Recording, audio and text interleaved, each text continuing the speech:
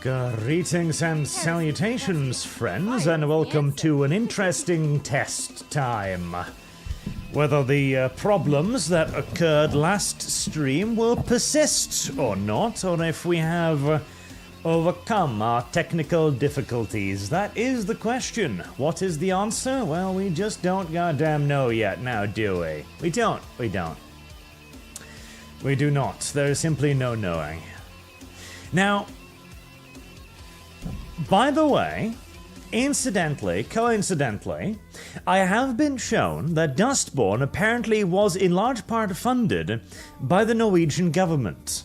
Well, as a effort to make up for this heinous crime, of course, I will be decreasing the cost of the Dustborn playthrough. It's already got $150 to its name, and I'll put it $500, so another, what, $350? And I will be playing Dustborn.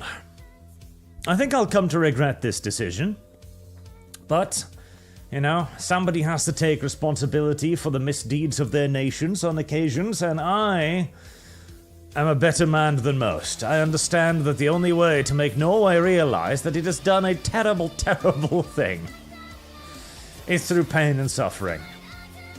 Only through these means can we ever possibly return to a good and just society, via public punishment and occasional torture in the public square.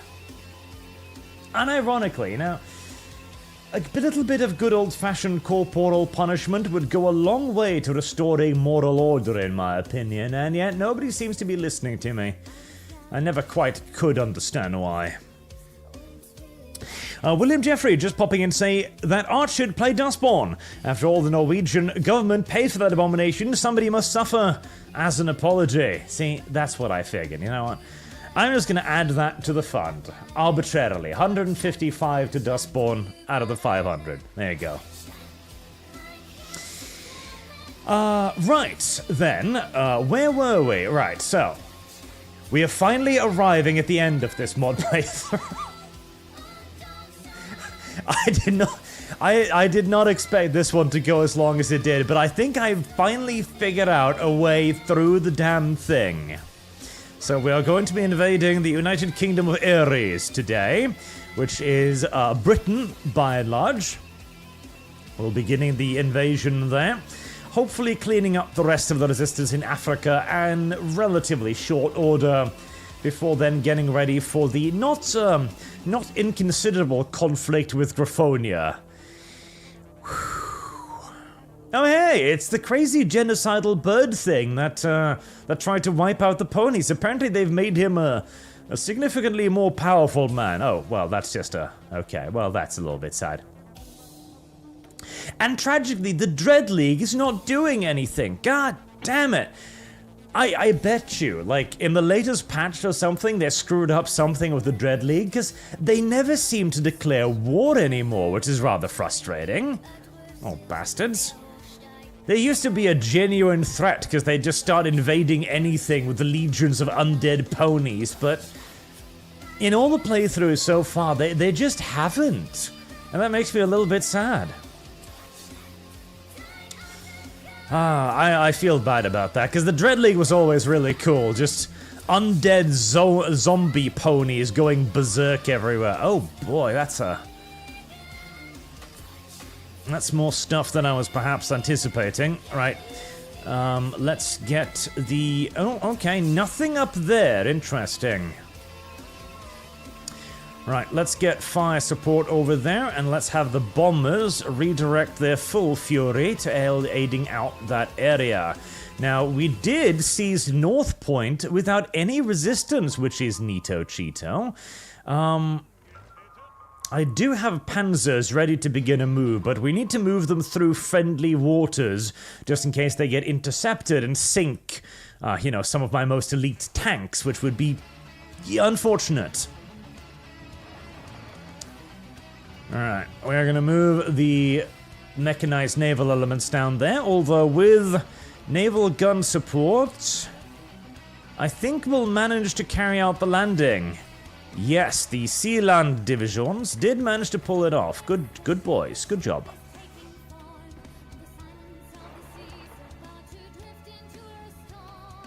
Right, let's see what we can pull off with that. Snip off a couple enemies at least. Good job there, Changeling Fleet. Fire is the answer.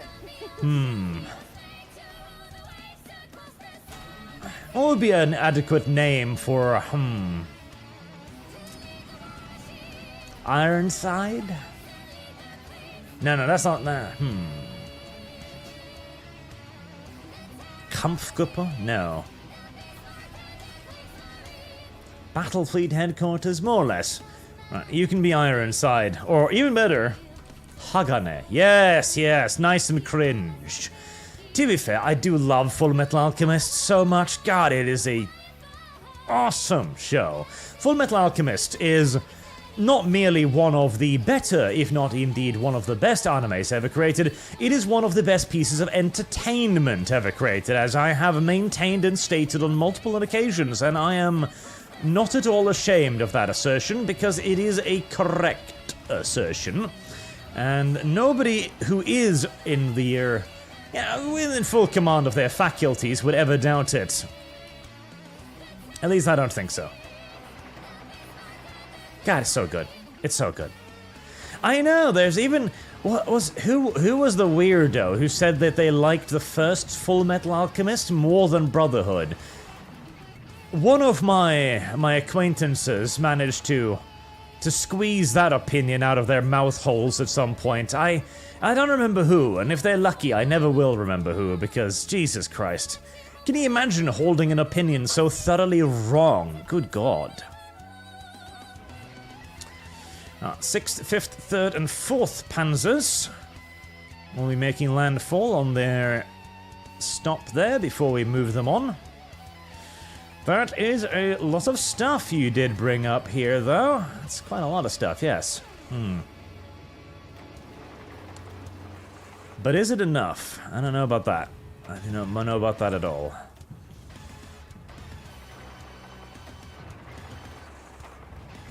Let's straighten up that front line a pinch. Now, the mechanized units... Oh, Jesus. Oh, boy. No. Don't keep pushing there. If they've got enough force to push me back, we do need to be a little bit careful here.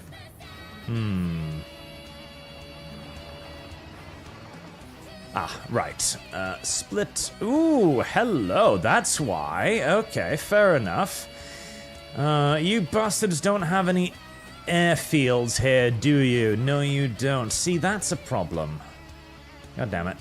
Roblex623, rewatched your old Curse Law video, and could it be safe to say that he was suffering more from an extreme case of cognitive dissonance, and the only clear case for his act was to be killed for his crimes by the Emperor?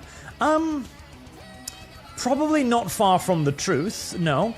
He was definitely suffering from some pretty severe cognitive dissonance, but he was also... See, one of the things with Conrad is that they've rewritten him quite significantly over the years in ways that I am not a particularly large fan of. Like, one of the bigger changes to Conrad Curse is that they made it seem as if he... Like he didn't want to do the things he did. Like he was being forced by an external thing to do these things instead. Like he was being influenced by something. Like he had a demon inside of him, kind of, right? And I've never been a massive fan of that interpretation because I feel like it takes away too much of his own agency, in essence. Like, Conrad Curse simply being crazy makes him a less interesting character, as far as I'm concerned.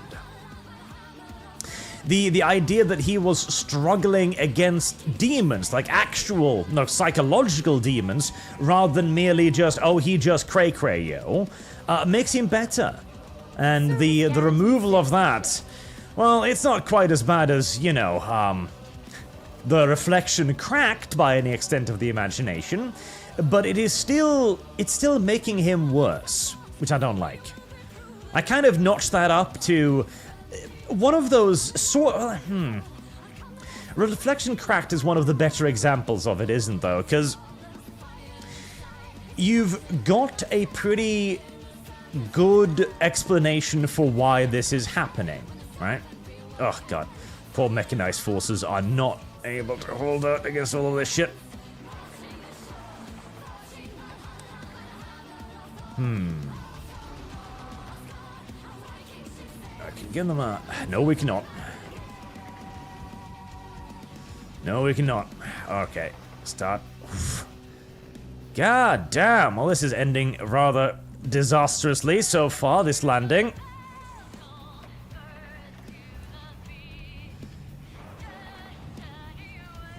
Too much stuff. Now, do fall back to the port. Do fall back to the port. Do fall back to the port, preferably before they take the port. Jesus. Now, 5 divisions hopefully can hold that. This is reminding me of when I was trying to invade Equestria, and I very soon realized that the sheer amount of stuff that these nations can throw at you, oh, no, that is a massive flop right there, isn't it? Yes, yes, it is. Oh, they're just gonna get murdered. Annihilated. Without a chance in hell, as they just brought too many divisions. Oh, Jesus. That's awful. Absolutely goddamn awful. As I'm probably now also fighting like 6 or 7 nations over here. Right, we are going to put the hoof down there. Now, the question is, can I ever actually break out of this? Or am I just permanently stuck being attacked? Right. Okay, we can move out a little bit.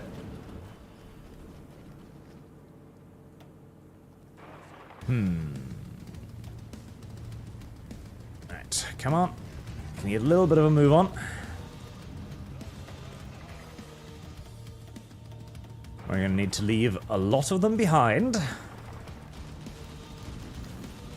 But if I can start inflicting a little bit of casualties here.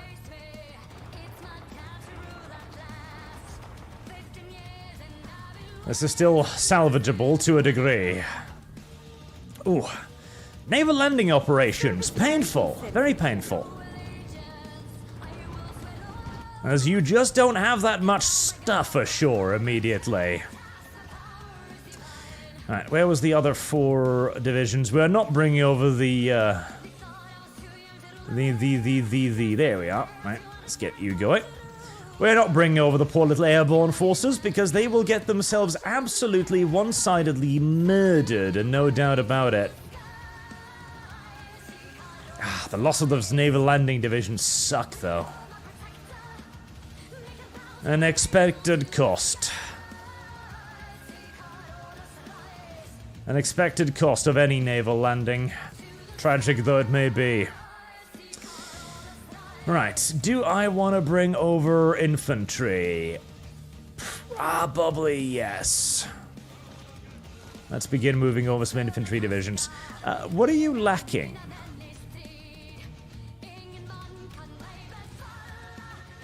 Transport helicopters. Oh, Jesus. 1,217, eh? Okay, Jesus.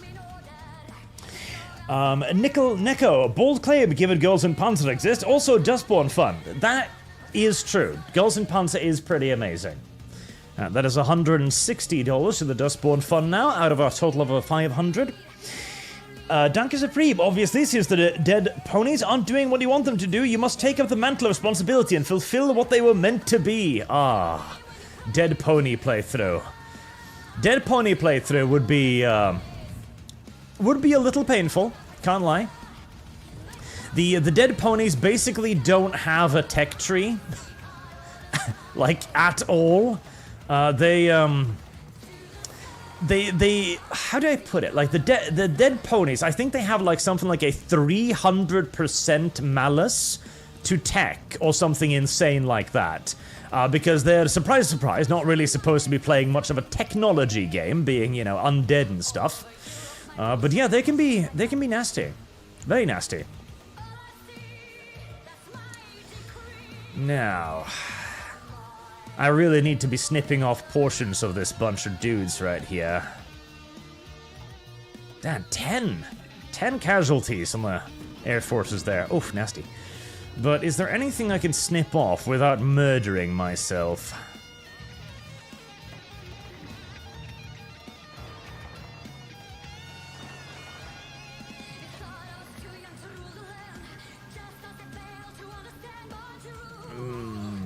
Maybe they'll give me something down there. They're spreading out more now.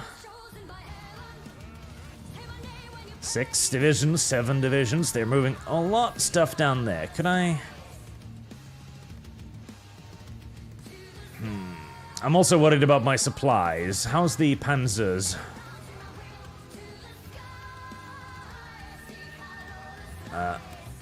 Where's the rest of them? Oh, they're hanging back for some reason. Right, put your hoof down on the bad people. We don't like them.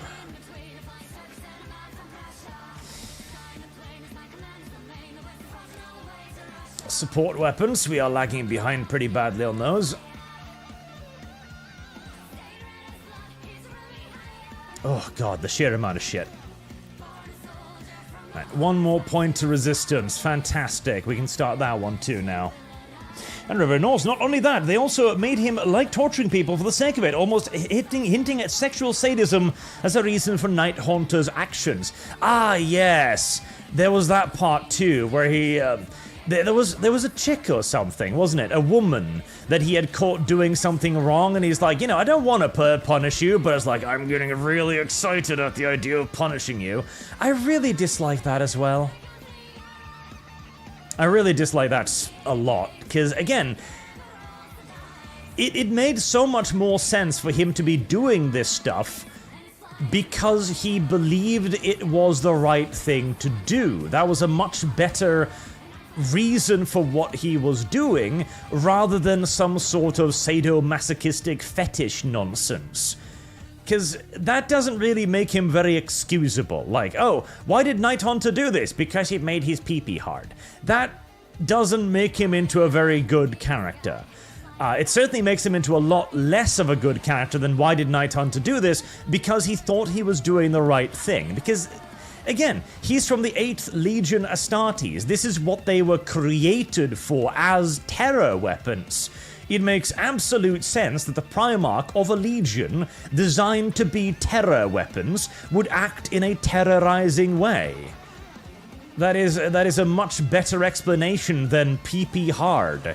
Particularly for a Primarch who, well, it's dubious whether he even has a pee-pee that is capable of getting hard in the first place, you know?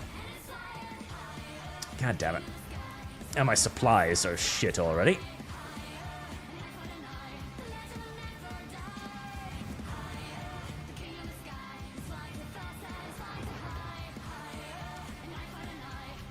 Right, 50, we can probably hold that.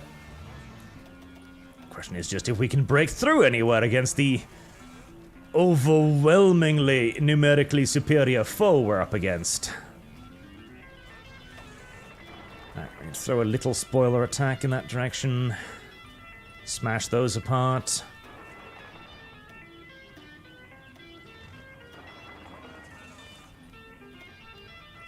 Late game combat is quick and brutal, by and large.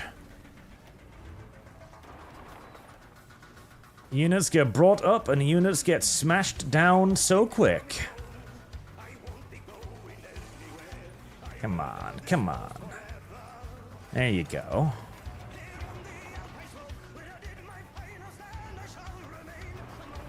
Out of supply again.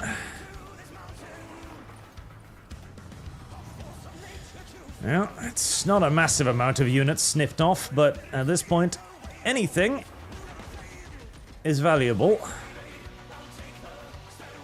Right, we got those more divisions coming. 4 more Panzer divisions. Right, let's get them moving. I wonder if I've got more... rational population growth, absolutely. Let's get that going. I'm going to need it. Stability, also, yes, that would be nice. As I'm hoping to be able to end this war at some point. Perchance, might I? I might. Right, let's get air cover. Building that. It undermines Conrad as a character. It undermines his rationale for doing things and makes it far more base and banal. It's a much more interesting villain that has a complex reason for being a villain rather than some sort of base drive, which is what they reduced him to. Big anti-fan of what they did to Conrad Kurz. Big anti-fan. Big, large, vast, significantly sized.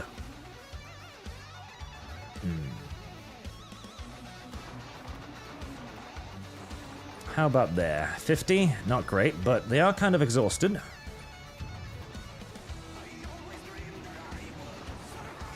Right. It looks like the northern side is holding, so we don't need to worry too much about it. Good boys. Good boys. Good boys. Do you want to try and cross that fucking river again? Last time that didn't work out very well.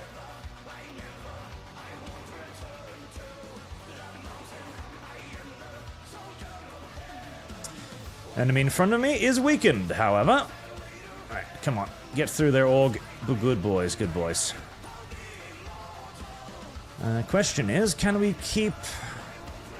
Alright, you, we will allow to withdraw. You're only facing off against, like, one unit. Let's strengthen that link there. Counterattacks are being launched. We are holding out against them for the time being.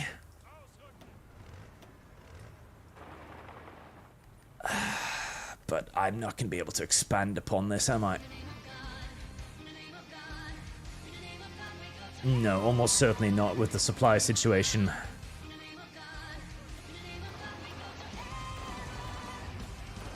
Alright. If I can get through there. How are the 4 more Panzer divisions? They're on the way. They're just being slow about it.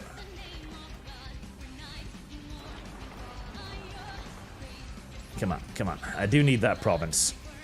I do need to expand upon this hole we've got here. Ah, shit. The awful supply situation might undermine me. Can I get... Yes, very soon I can. Okay. Transfer over 200 fighters and let's get some transport aircraft there.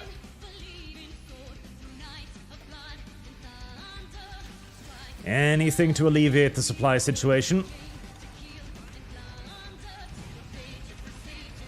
Yeah, not getting through there. Let's not risk it.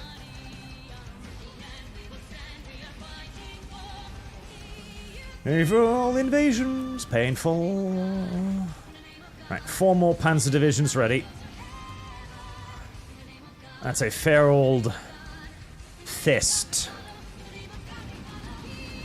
3 more enemy divisions cut off.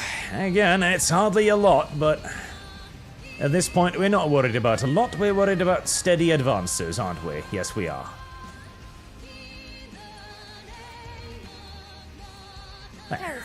It's something. Fire is the answer. Dark Supreme, adventure, pro-American imperialism. What era of American would you prefer? War against Spain and the Philippines, Americanism. That would be the best one.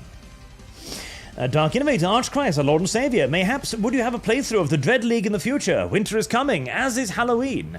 Maybe, but... Oh, the Dread League. The Dread League is painful. Robleg623, the one part I'd like from the Primarch book came at the very end with the boy gaining a brief insight into him and realizing that his big fear was being wrong about everything he did. Yeah, that was kind of okay. It wasn't a complete butcher of Conrad, but it was closer than I would like for it to be. Right, and 11 further infantry divisions. I'm not going to risk sending all of them in just yet, but I'm going to send 6 over there.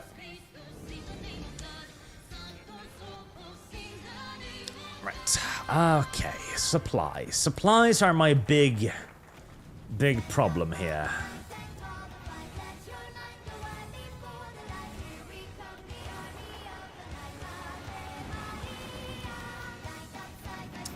Over a barrel, is that the last point I need? It is. Holy shit. All points, bros. All points. We're gonna stop bleeding so bad in our rear. I cannot wait for my rear to stop bleeding. Is a sentence I had actually pretty much expected to say at some point in my YouTube career. Yeah, no. That one is not as big of a surprise as you might think it would be. Okay, now we've got an opportunity for a little bit of a nice big slice here. If we can just slam through that, which we should be able to. Conventional destroyers, lovely, lovely. You know what? I think we're really gonna need more logistic companies for obvious reasons. I'm like, Drav, yeah, yet it's awful common to feel good acting just. Well, see, that's another thing, right? It would actually be a lot more interesting if Curse was receiving satisfaction not from acting evil, which is, it's too overdone a trope, like the sadistic evil person we've seen too many times. But the sadistic good person, that would be a far more... God, really? You managed to get fucking fire... Oh, boy. I hate strategic relocation! We are arriving at the point where strategic relocation can be used offensively again, aren't we? God damn it.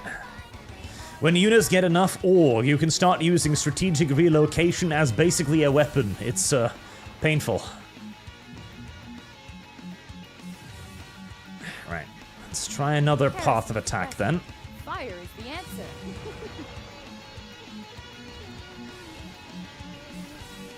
Ooh, the sheer amount of shit starting to coalesce in front of my face.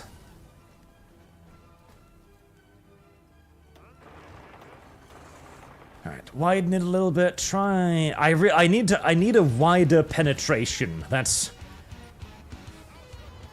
really what I need. I need to be able to hit more provinces simultaneously. Because with just one province attack, I then get immediately attacked by 12 enemy divisions on all sides, making it impossible to move forward. Right, leave 2 divisions there.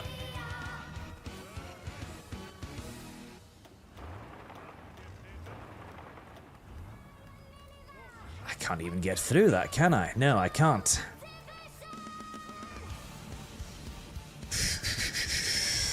Holy fuck. Alright, where am I supposed to be going? Good goddamn question.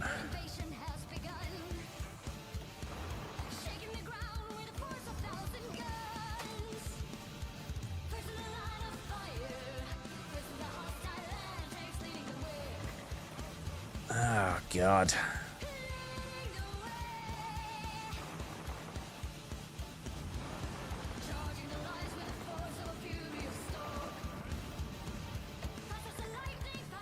Let's see, can I at least get one? No, I got 102 orgs. Like, okay, that's sticky. Come on, if I can get at least one more province there, I'll have a better shot. There you go, nice.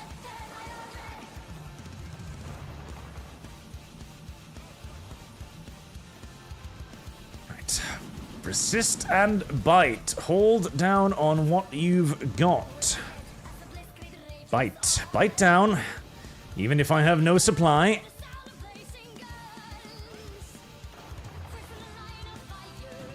There's no way I get through there. As my supplies are all done again. Oh boy.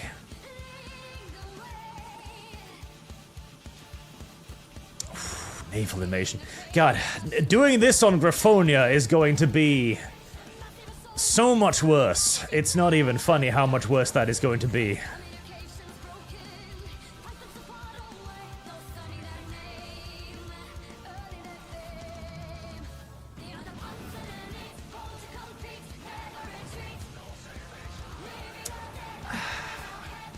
$48. if you let up on me there a little bit, I can move forward again. Right, leave 4 divisions there. I can free up 1 more division, maybe. Come on. If I can just... Come on, get in there. Get in there. They can feed in 1 unit at a time, which should get smashed. 1 more mechanized. Keep that open. Don't let them close the hole. That is not a good idea. No, that is 7 divisions. Let's not do that. Alright. Another big cutoff, and maybe the decisive one. Oh, boy. Blaystone, hey Arch, I watched your What If Curse Was Good video a while back, and I was wondering if you'd ever consider doing any more of those videos. Love the idea of a small tweak saving them, and Witcher. Very well. Sort of, but the thing is they require a lot of work and a lot of efforts. That's what it is. Also, as a reminder, if you want to attribute any donations to Dustborn, you can. Dustborn is currently sitting at $160 out of the required $500 to make me play the game that the Norwegian government funded. So, you know, clearly there's got to be something good about Dustborn, right? I'm sure all of the people being negative about it are just... They're not very modern people. That's the problem. They're not progressive. I, on the other hand, I am a surprisingly progressive individual. If you really come to know me, all right. I am all for things like racial segregation and so on. For example, a leading progressive talking point in this day and age. I think there could be a lot of good gained from this. Just imagine the good that could be done if we kept all of the colors separate, just like washing, you know? You don't mix your colors in the wash, so why should you in real life? That's an entirely sensible and normal position to hold. On the left, at least. Right, that's a lot of divisions, but, maybe I can... Yes, probably. You know, I really do need to make the next main battle tank hull at some point, because I've been holding it off, because I haven't really been expecting to get into a ground confrontation. Yeah, it's about ready, actually. Right, we do need to focus in on that. Are we holding there? Yes, we are holding there. Heresy's the question. And we're holding there too.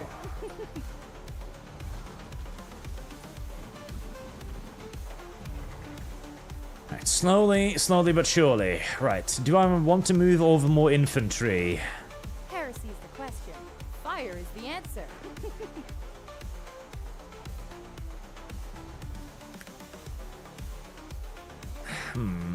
Yes.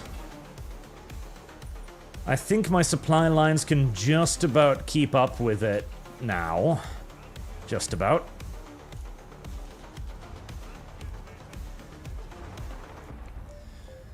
And I do need to free up some more stuff. Right.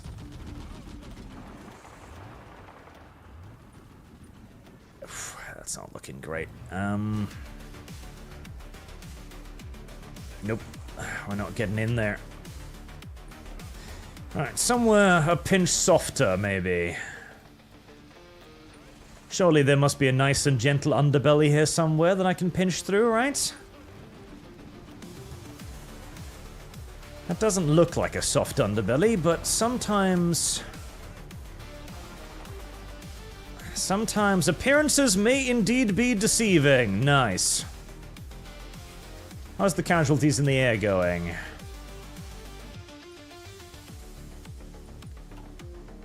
Right, we need more fighters over here. Right. Luckily, I do have loads of them. Move over a further 400 fighters.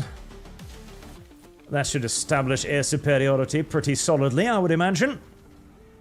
Just like at the ArchCast in the chat if you wish to attribute something, and I'll hopefully see it. If I don't, just keep spamming it until I acknowledged it.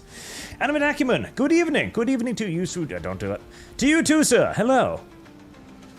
Norse, at least they haven't ruined Sevatar for me yet.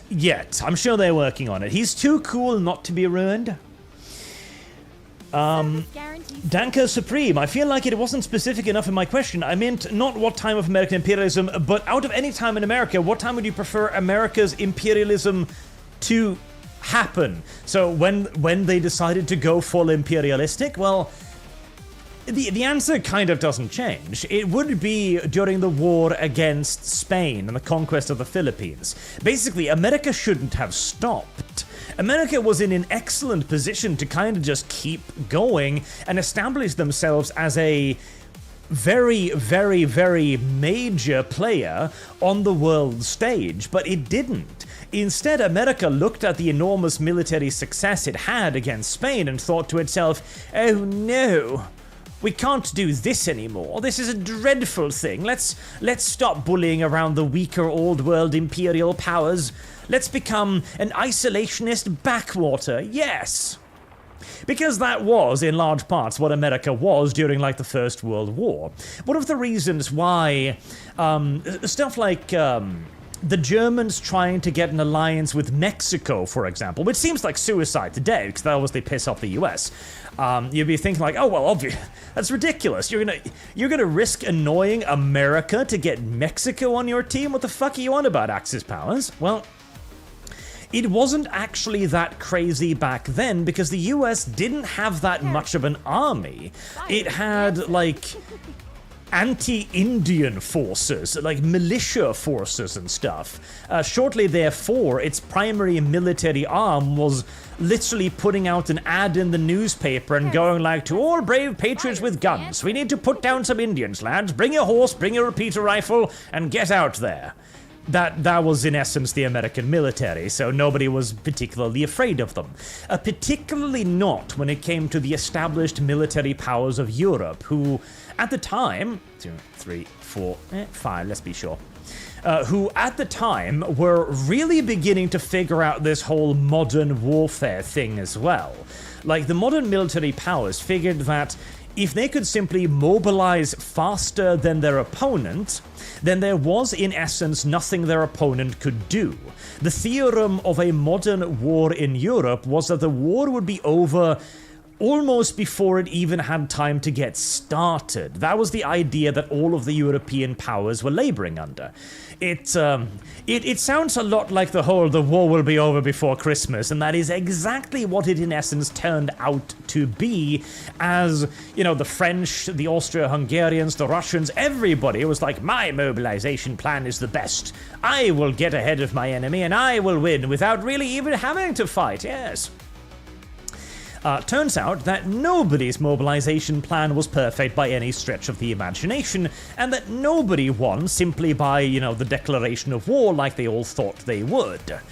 Which in turn led to the enormous big-ass grindy war of the First World War, where everyone was just kind of looking at everybody else confused, like, did you expect this to get this far out of hand? Like, nah, I figured the war would be over already, honestly. Like, the Russians figured they would mobilize and just steamroll everything in front of them. The Prussians figured they would mobilize so quickly that nobody else would even have time to mobilize. It was rather amusing.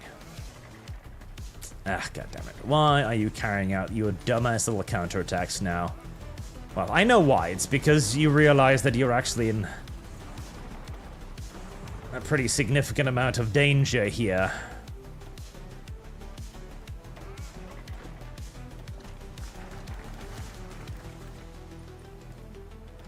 Alright, get in there. Luckily, the tanks are providing excellent bulwarks against the worst of the enemy's attacks and counterattacks, so I'm wearing them down very, very quickly and very, very violently. Which is good, because I damn near well need it. Alright, this is gonna be a nice pocket right here. This is a good one. Well, wait until the 8th Panzer Division is in position. Then we'll begin rolling in there to close that one up. There you go. That's a nice big pocket. Excellent.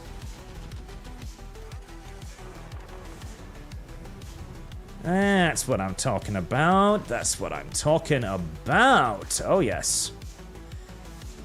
Alright. Smash. Boom, boom, boom, boom, boom, boom, boom. There you go. What was that? That was 250,000 ponies? That's better. That's a lot better. That is a lot better. Right, we're stabilizing now.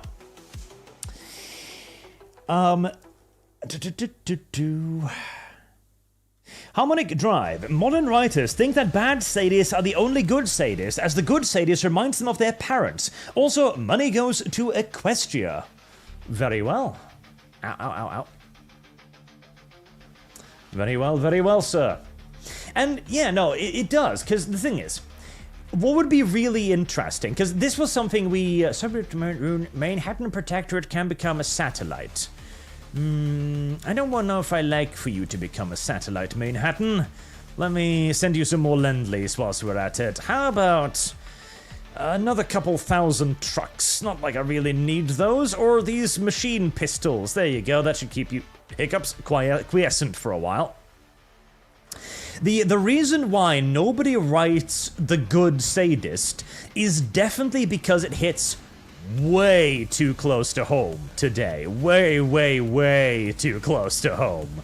Because it would cause a lot of social justice warrior types to look at their own actions and go, hold on, I am taking an action that I would probably consider to be a really bad action.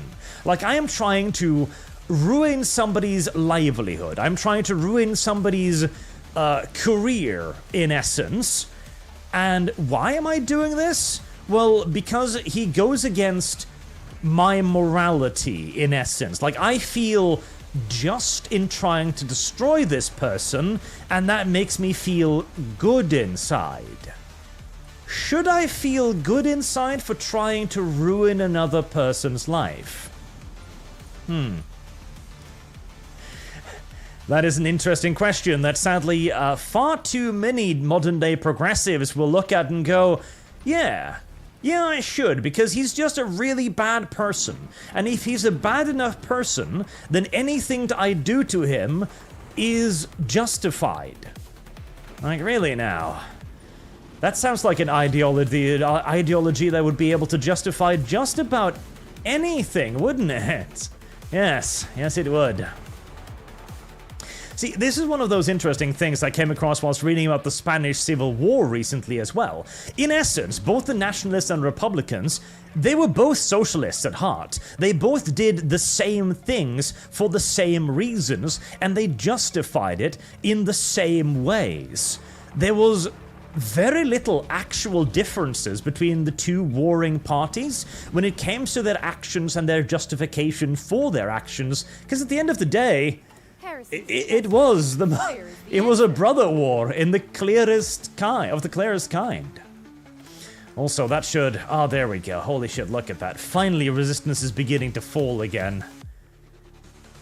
Whew, sweet baby Jesus, not a day too fucking early.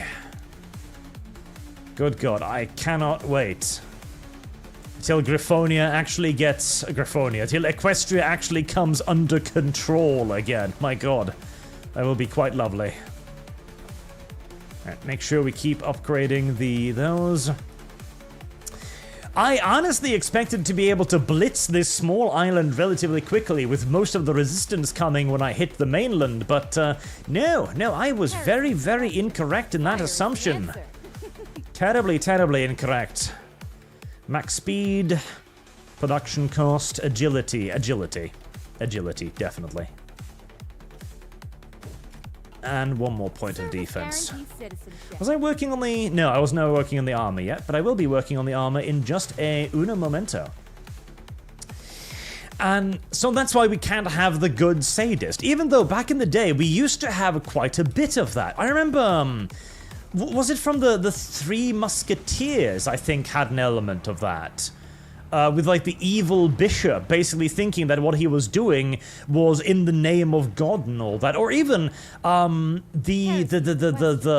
was his name? The guy from the Hunchback of Notre Dame. That was what I was looking for in the back of my head. Yes, the bad guy from the Hunchback of Notre Dame, right? How he has a whole song, an excellent song, Hellfire, about how he's like, oh, what was it? Oh Lord, you made the devil so much stronger than a man. Because it's not that he's doing anything wrong by being attracted to Esmeralda. It is that Esmeralda is a devilish creature for tempting him. It's Esmeralda's fault that he, a good and honest, God-fearing man, is being tempted to the dark side. You know, he's just a good guy. He's not in the wrong in any way here. Ah, God, old school Disney was so fucking good. Oh, God. Never forget what Disney took from you. I swear to Jesus. Disney ruined itself to a degree that it is difficult to comprehend, difficult to understand. Disney used to be, oh, so good. Oh, so good. And it used to be so good in terms of their philosophy as well, frankly. Like, Disney movies used to actually have a bit of thought behind them, you know? Not today. Not today, no. Never forget what Disney took from you. That's another nice big snip. Good.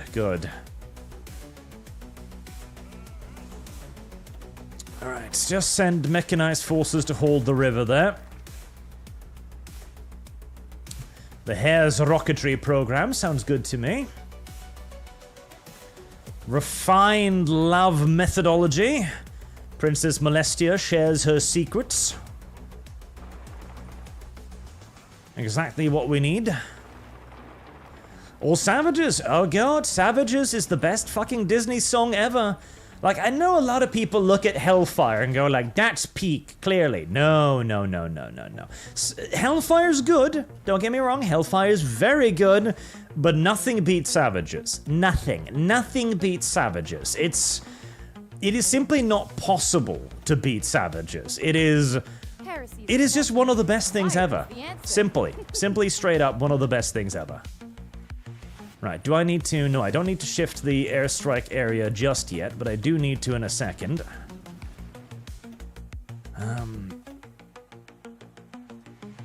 Alright, we can just... Service guarantees citizenship. Split that, I imagine. We've got a little bit too many over here. Right, we will move those over onto... Crown base, and we'll just dedicate 200 of the bombers to take care of the northern part of the island. Nice and simple. Because again, Savages does something that is just unthinkable in the modern world. Something that cannot happen in the... Oh, shit, I should have read that. That was new. Something that cannot happen in the current year, and that is, it looks at both parties as potentially in the wrong and in the right at the same time. That's what's so important about it. I should have read that too. It does not make a moral judgment and saying like, oh no, the settlers are obviously evil, or the Indians are obviously evil. It simply says, okay, hey, look, these are the two parties. The parties believe that they are in the right. Both of them have reasons and rationales for what they are doing here. Neither side is just like, oh, I'm evil and I wish to kill everybody. No. Settlers are in a brand new land. They think that this is a land of incredible riches. They know that they've captured John Smith. They need to save him because he's one of their own. And this is also a perfect excuse, of course, to seize land from the savages.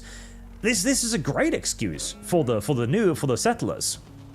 simultaneously, is also an excuse that has a moral foundation. Yes, the savages are different. The savages are weird. The savages have captured one of their own, and they're going to fucking execute his ass. They have got a perfectly fine moral justification for arming up and marching out to save their comrade.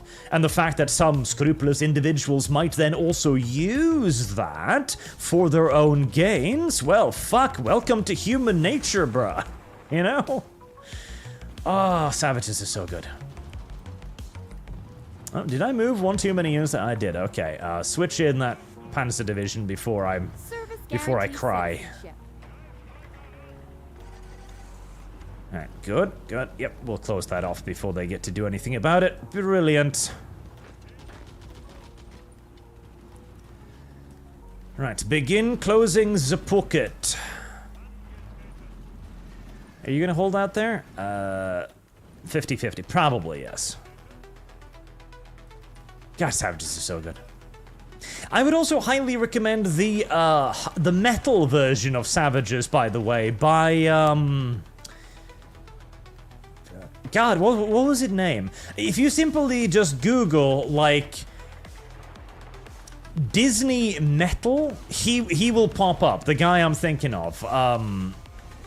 He's done like ass loads of Disney song covers, but in a metal style, like hard rock style. I adore him. He's got fantastic songs. Really, really good songs. He's not a very good songwriter, I will claim, because he did try to do his own stuff beyond Disney, and I tried to listen to it. It's not as good, but hey, we've all got our strengths and our weaknesses, right? Right, now that I'm done with that long-ass rant, Super Chats again, as I see you guys are busy. Thank you all very, very much.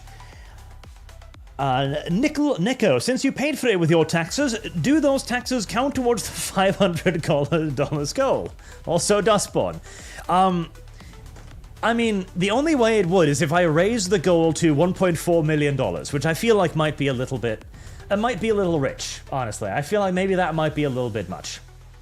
The real Wholesanator over on Streamlabs, thank you very much, sir. See, from where I'm sitting, justice is best justice, so since the progressives are so keen on hurting their enemies as much as possible, I think it is fair to return the favor, preferably by skinning them alive and seeing them thrown into a vat of salt.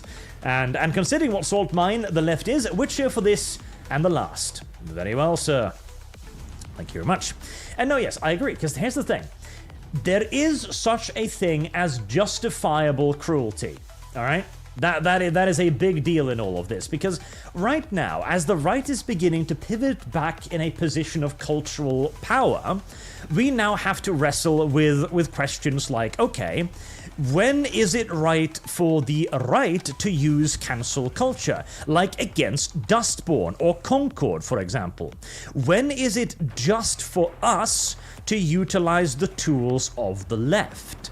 And that can be a very complicated question.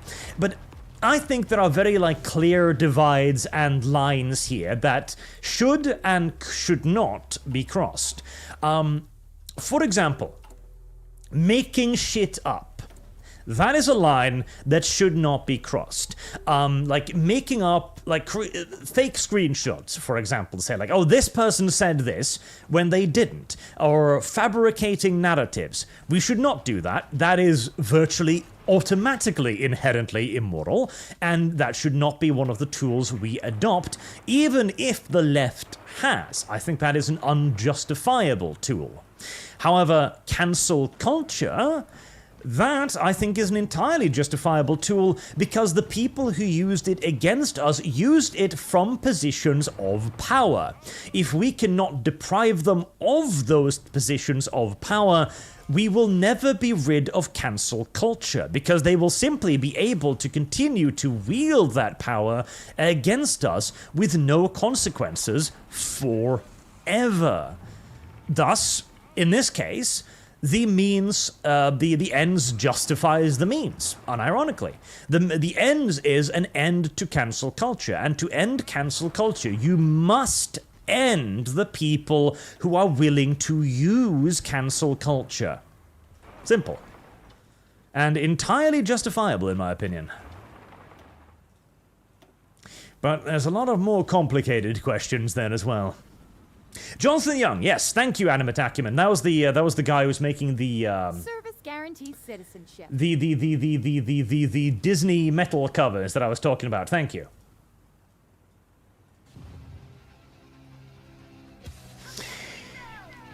The Real Horsenator, I like how chat is making the cardinal mistake of starting many funds at once as opposed to focusing one down at a time. Witcher. That is true as well.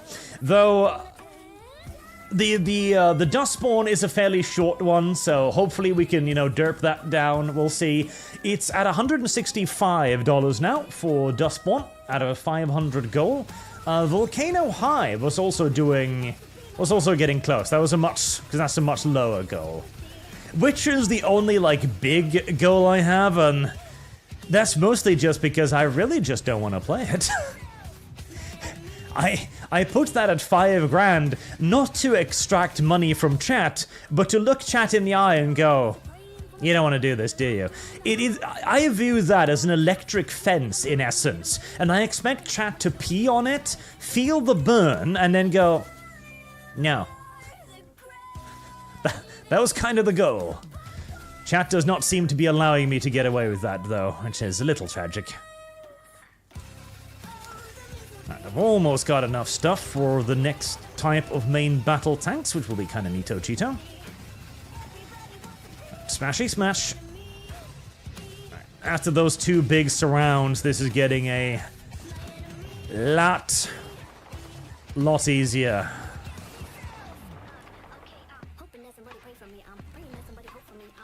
Even though that was a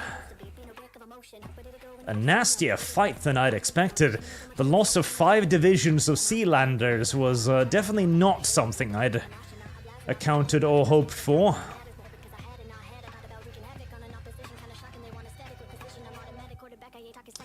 Right, I'll take out the armored personnel carriers here, because I think I've already got a good amount of those. River Norse, count all my chat to Dustborn. 90 Swedish kroners, about 8 USD. Right, I'll count it as 10 because easier. Now, 175 for Dustborn. And again, of course, you can attribute anything you want to it, that's fine. James Coon, hope you're having a good day. I am, thank you very much. Just joined, don't if anyone asks about Dustborn. Thoughts on Dustborn being a Norwegian tax-sponsored game, and if you're doing a Dustborn gameplay, put money to Dustborn, if not Witcher. Thank you very much, sir. I will do so. 195 now for Dustborn, so almost halfway there, in fact. Right. So, this is an interesting thing, because a lot of people are talking about this as if it's something like special. It's not really.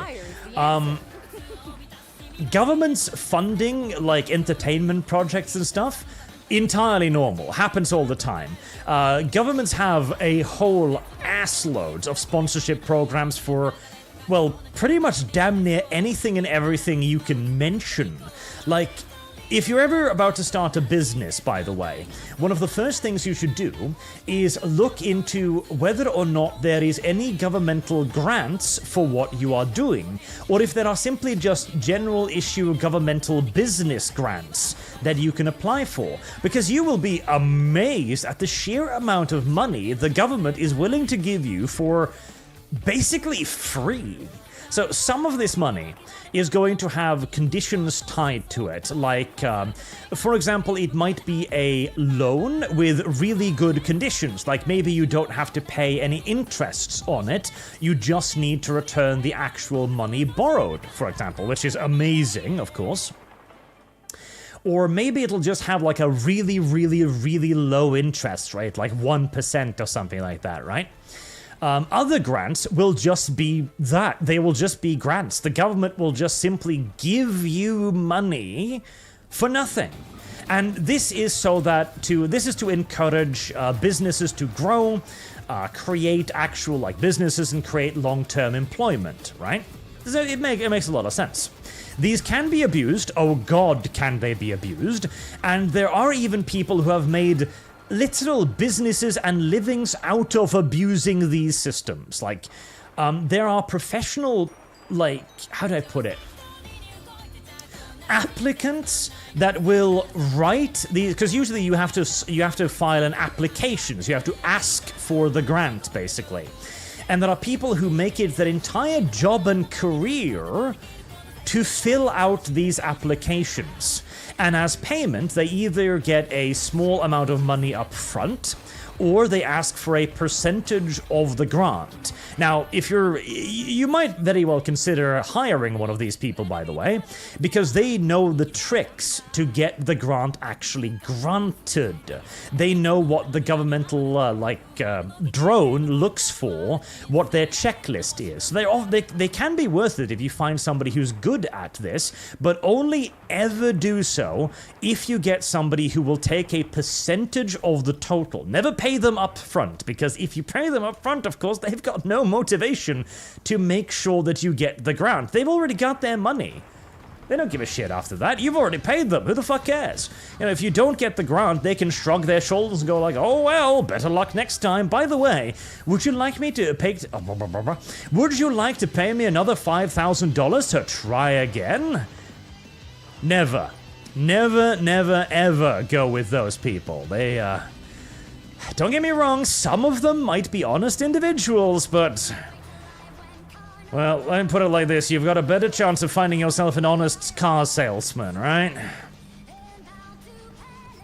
But yes, so the government putting money into a game is not rare at all, especially in Norway. We have so many governmental grants. Oh god, you will not believe it.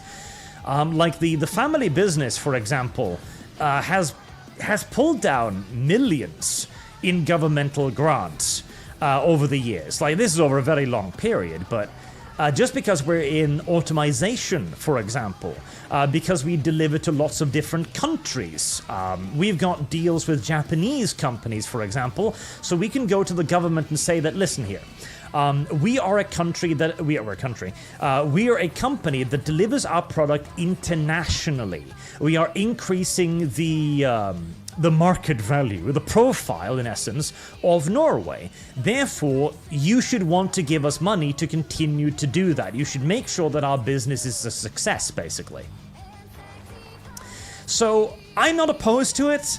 I think it's a good thing. I think it, most of the time, helps businesses grow, thereby it helps more businesses being created, and if more businesses are created and more businesses are successful, that is of course more employment in general, and more employment in general is not a bad thing.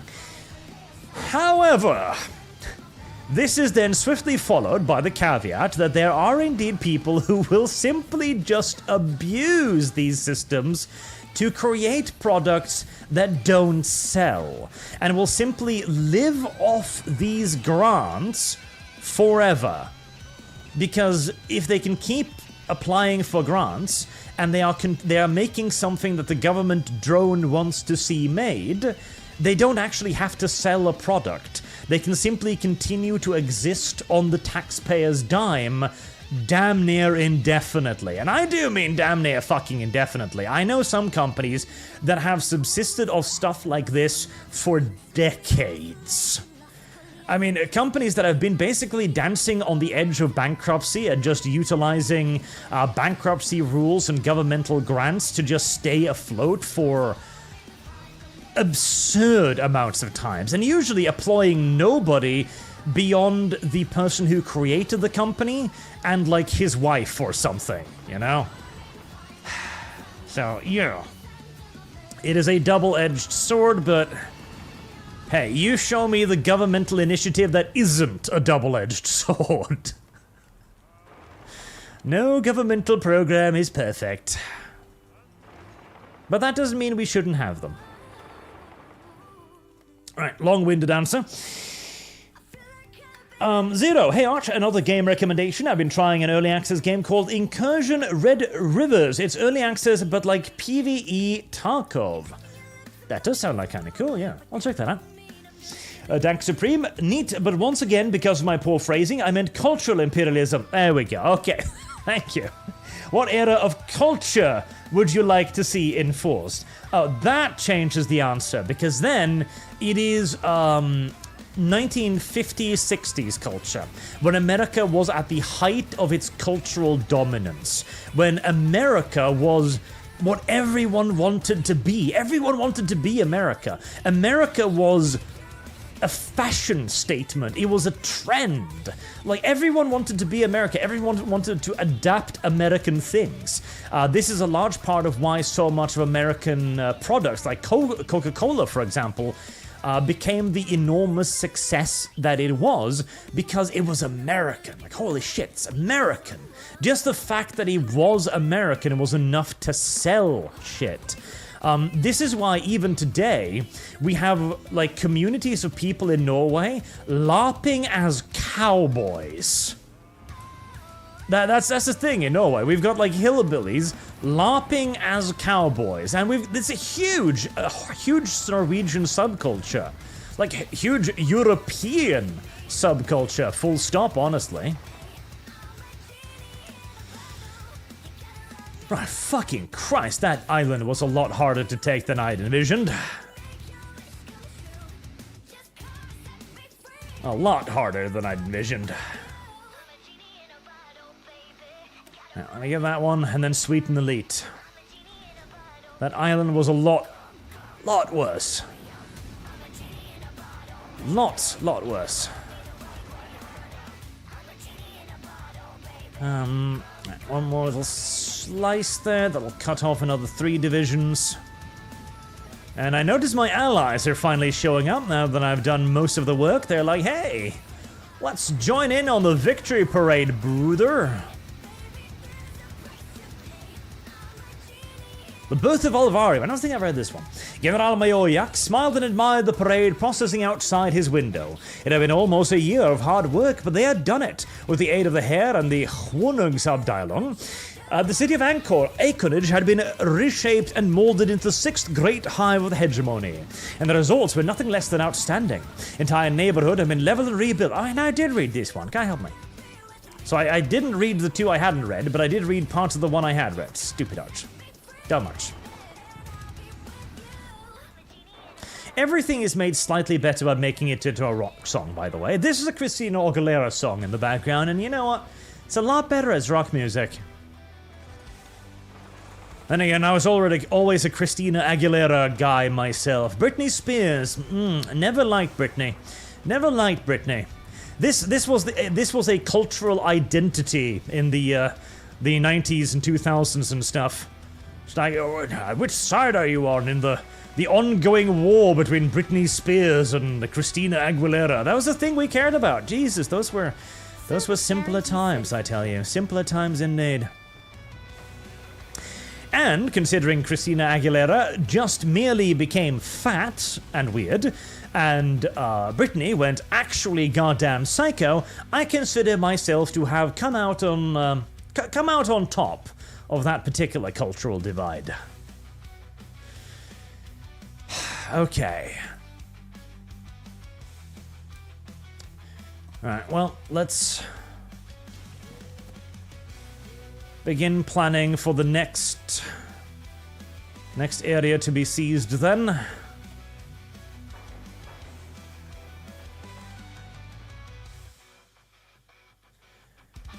get me more airfields, and now that the unrest should be dying down. Unrest should be dying down. Right? Oh yeah, nice. Very nice.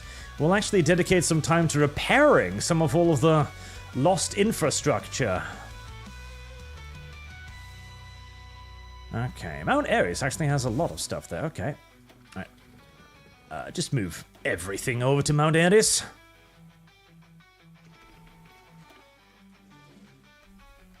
I doubt that there can't possibly be that much left of their navy at this point, one would imagine.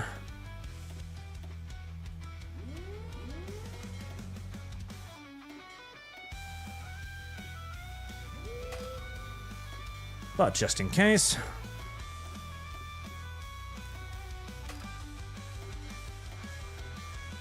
Let's stop mining there. Start mining there. Well, On the bright side, seeing as they sent so much shit to me here, I should have a much easier time on the next objective, one would heartily think and imagine.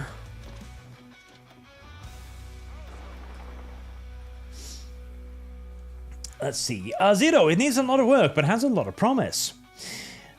Jonathan Smith, good day, Arch. 5 to the Kill Lumi by COH3 Fund. But in actual reality, it'd be fun to watch you teach Lumi some games. You two have a fun dynamic. I am glad you think that. I am very glad you think that. But that is not a real fund. You know what?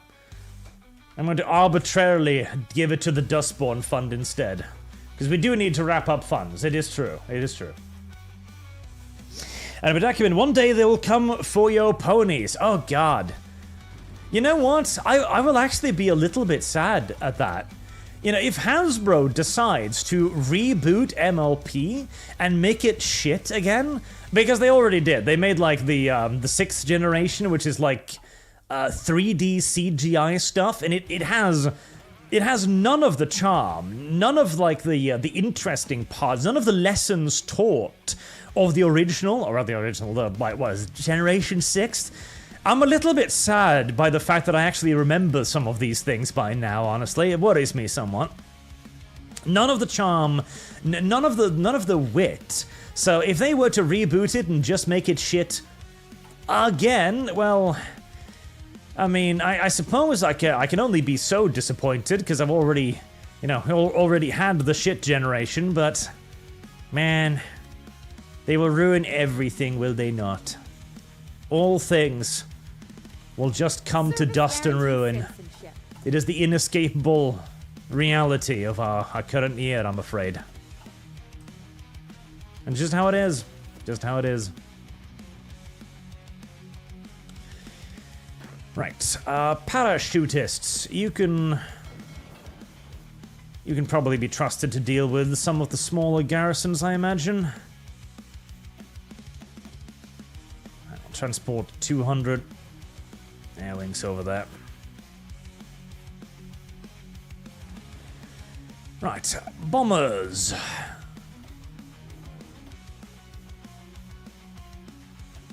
Let's get air superiority established. We'll leave 200 behind there to keep that nice and safe. There, that should keep it. And you may launch the naval invasion as soon as you are ready and able to do so, sir. Again, there can't possibly be that much in my way at this point. Unconditional love, yeah, I did read that one. Right.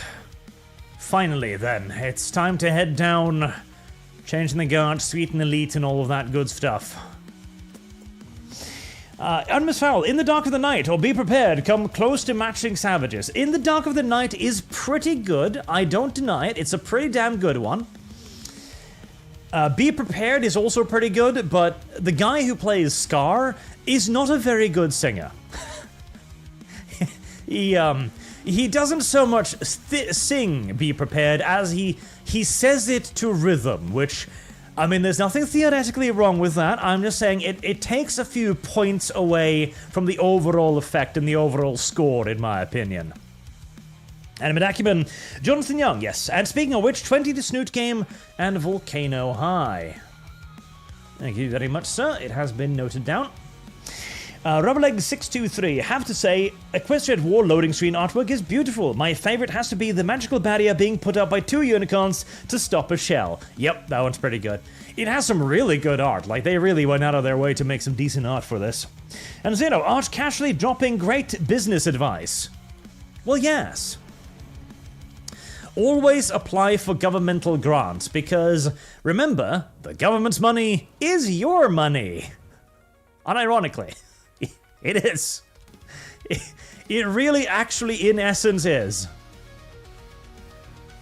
Right. Do I want to focus on repairing this?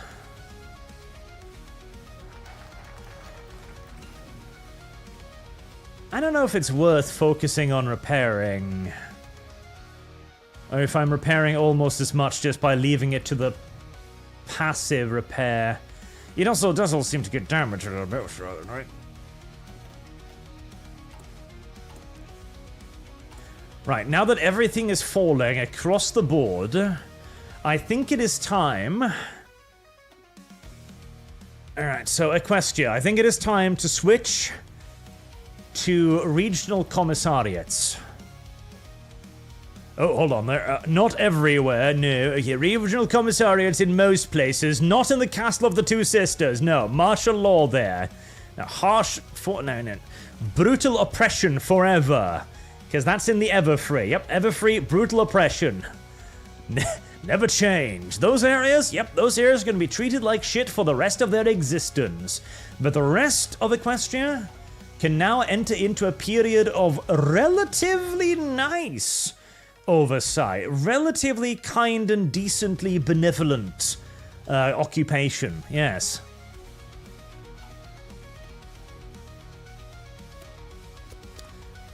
Sweet and elite. Right. Let me just save there, because I'm pretty sure I know the path from now on, but I'm just gonna be sure. Entirely sure. Right. And let's do a round of love acquisition as well. 292,000 pony power. Not bad, not bad. Not bad, especially considering the amount of shit I've been losing. Right.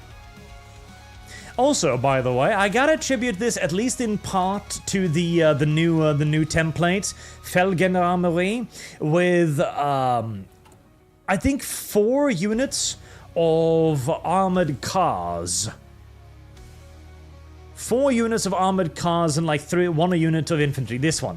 This is so much better. I swear to Jesus, it cuts my casualties for occupation.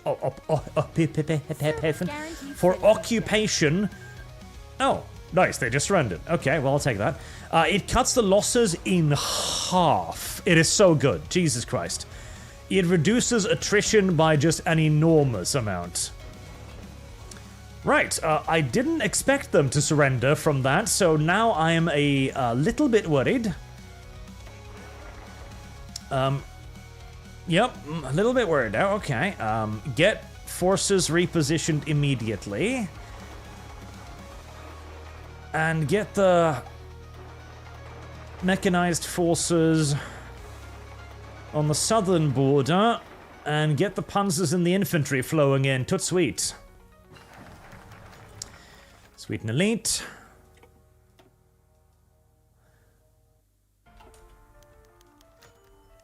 Concert of POWs. Yep, we do need that one. Pacify Ponyville. I just gotta get that one out of the way. And hello. Yep, there's still a lot of shit down there, I figured.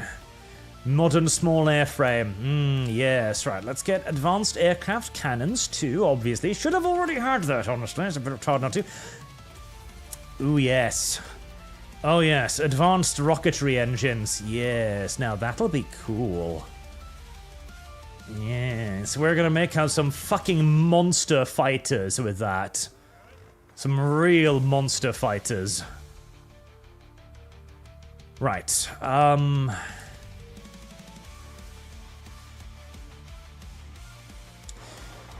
my panzers. We're gonna use you to sweep east. And I think we're allocating the further 12 divisions from the second Heeresgruppe here. And I should probably make... some motorized divisions ready for transfer as well, in case I'm gonna need them.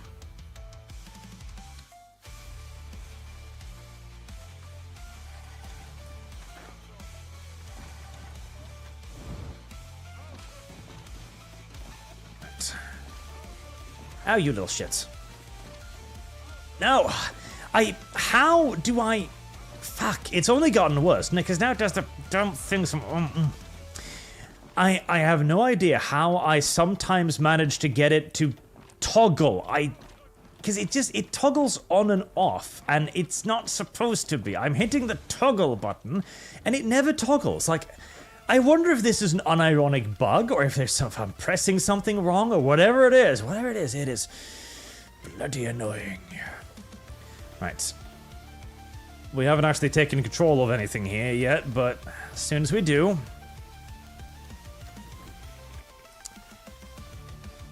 We're gonna want that, right. Oh boy, okay. I want these fuckers to start surrendering as quickly as I can. So...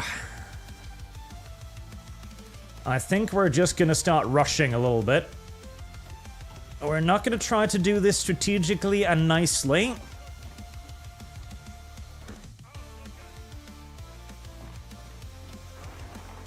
Instead, we're gonna try to do this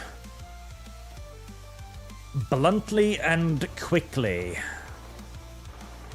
This is risky, and I do need to keep a close eye on my formations here. At least they get, you know, surrounded and fucking destroyed, as that would suck a tremendous deal. But with the casualties they took on the island of Erie, I imagine they can't possibly have that much shit behind them here. You'd think. 244 days, that's a lot. I should have started building that a lot earlier, actually. Now, let's get to work on it. And rations for research.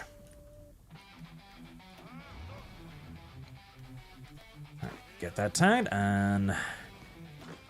I mean, we might as well just destroy what we can, reduce their numbers yet further. Conserve for the ponies behind the walls. Bad ponies. Pony captives. Disgusting ponies. Yeah, you've run out of organization, that's fine. There we go.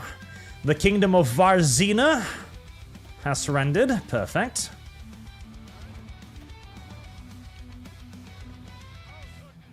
Now immediately do the same to whoever the hell this is.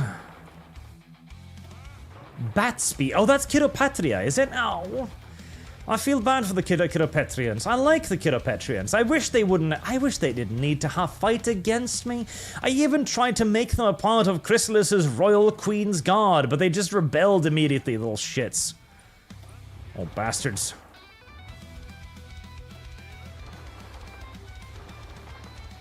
Make sure we get that surrounded.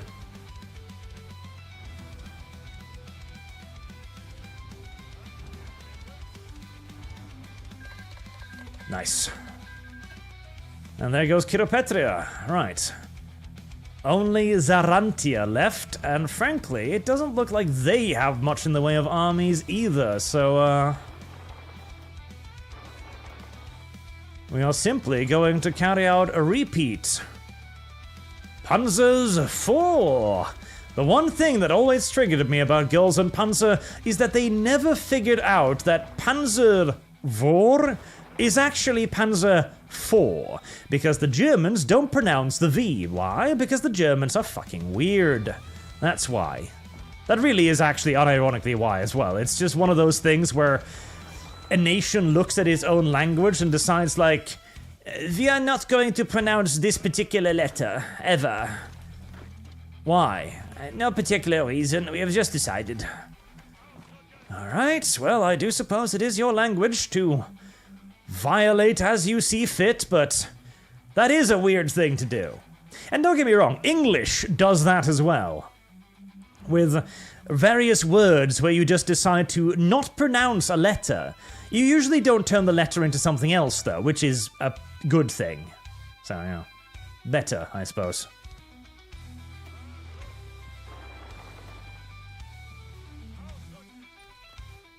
Right. I think that's all their control points? No, there's one here, too. Right, go get it.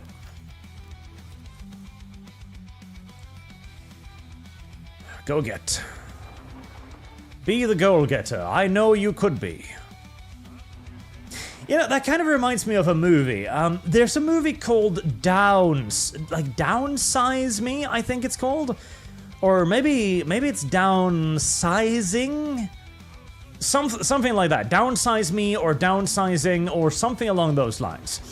The basic story is that humans have figured out how to make themselves really, really, really tiny, like the size of a thumb or something, right?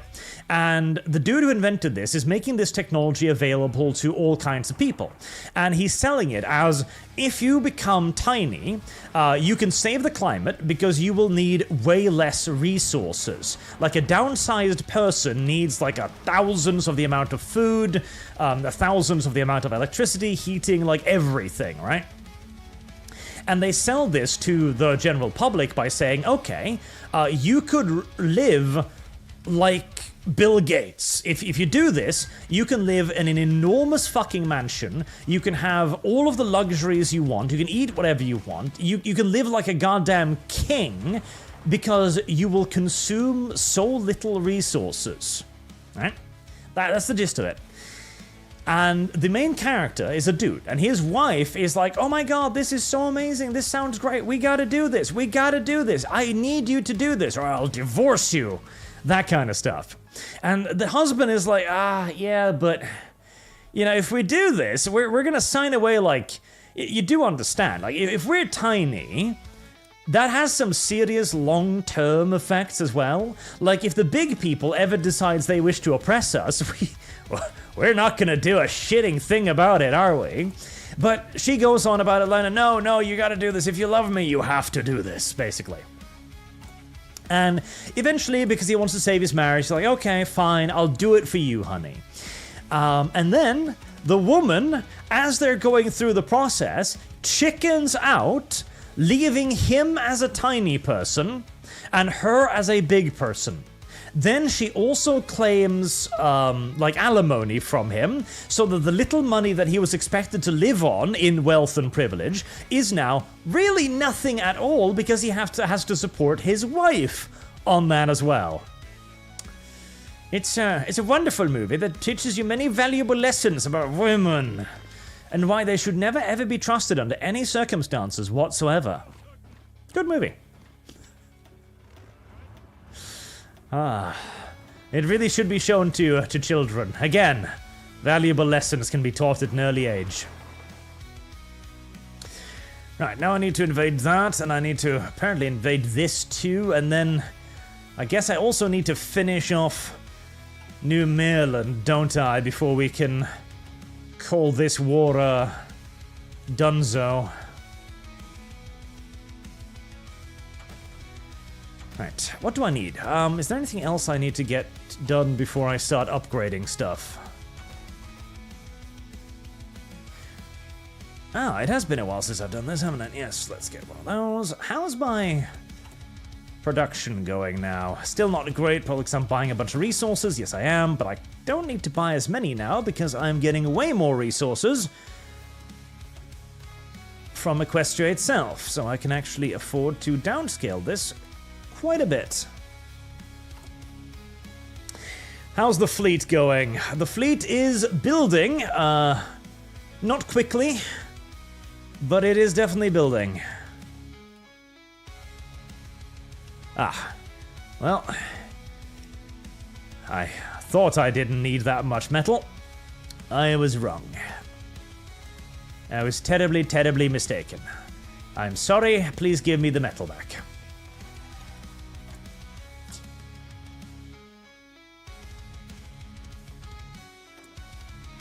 Right, Aurelia Armory for heavy tanks. Reliability, breakthrough, soft attack, hard attack, piercing, hard attack. Reliability, breakthrough then. That's right, I moved you over here. Right, this is a tiny bit risky, but I'm pretty sure...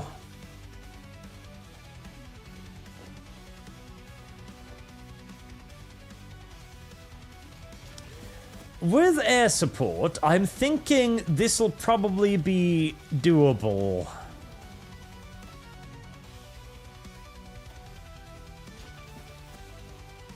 This is a risk, but...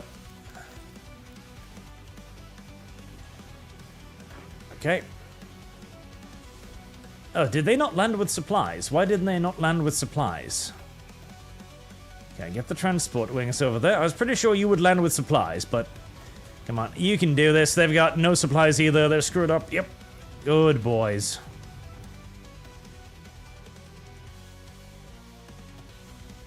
Good lads. Good paratroopers. Oh boy, hello there. That's a bit more. Granted, they're all out of supply, but 8th, 7th, 1st, and 6th, and 2nd, actually. You guys go over there and make sure that our poor paratroopers receive a bit of backup, yeah? Danker Supreme, 50s, 60s, you chose the start and end of hippies. Not glowing-eyed found fathers, Abe emancipation of the world, even Ted with his big smile and even bigger stick. The country values so many eras and you chose that? Oh, absolutely, because it's the one with the greatest cultural influence, that's why. Is it the best culture? No. It is definitely not the best culture.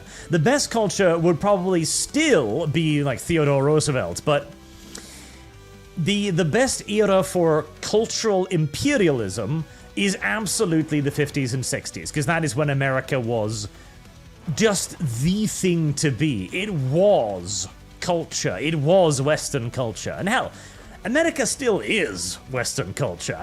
I don't want people to forget that either. America still is the dominant cultural hegemon by an absolute enormous magnitude, of course.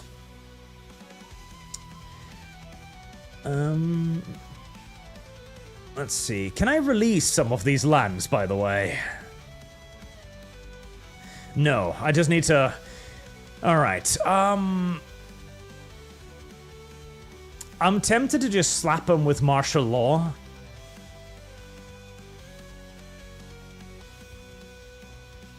Because I'm honestly hoping to puppet these areas rather than hold on to them.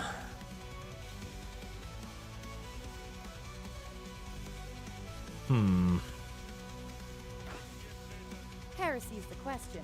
Fire is the answer. Anywho, let's begin moving everything back again.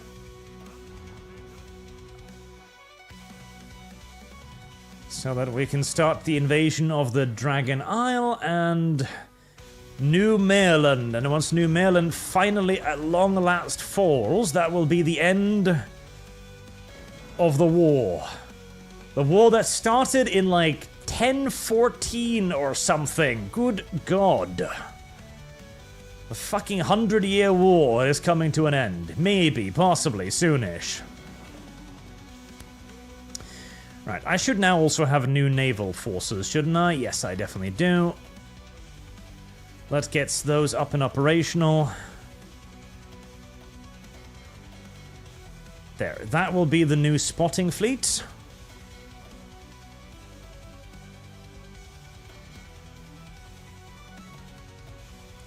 Right, and we'll rebase you out of there.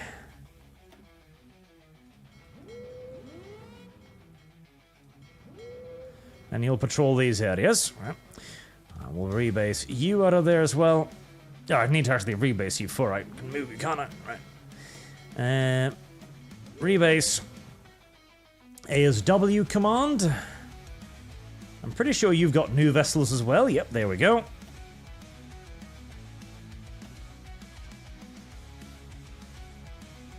And these things can pretty much be not scrapped, but certainly unified into something a little bit less expensive and a little bit less, difficult on the upkeep.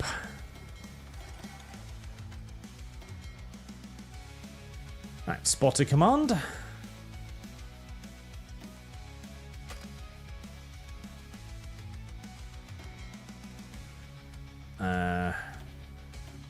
No. All of you. Why are you only sending out a single ship? Are you being weird? Why are you being weird? Oh, you're repairing? Okay, fair enough. That's okay. And strike forces. I frankly don't imagine that the enemy is going to have that much in the way of naval strength left, honestly, but you never know. There, an ASW command. Right, beautiful.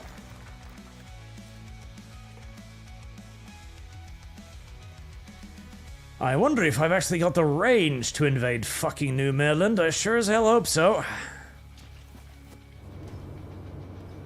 Right, you've almost done preparing to invade Terrarife. Terrarife, that's a lovely name. Absolutely adorable, of course.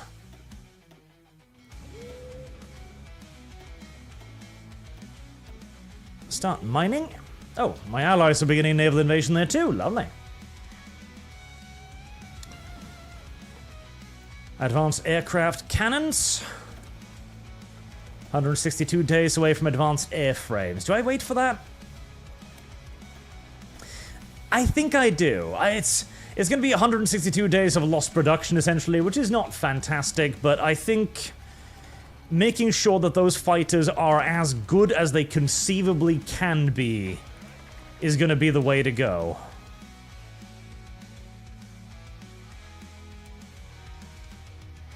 Right. And begin planning out the invasion of this area, too. Right. Only one division there, huh? You know, I'm pretty sure I could overwhelm one division.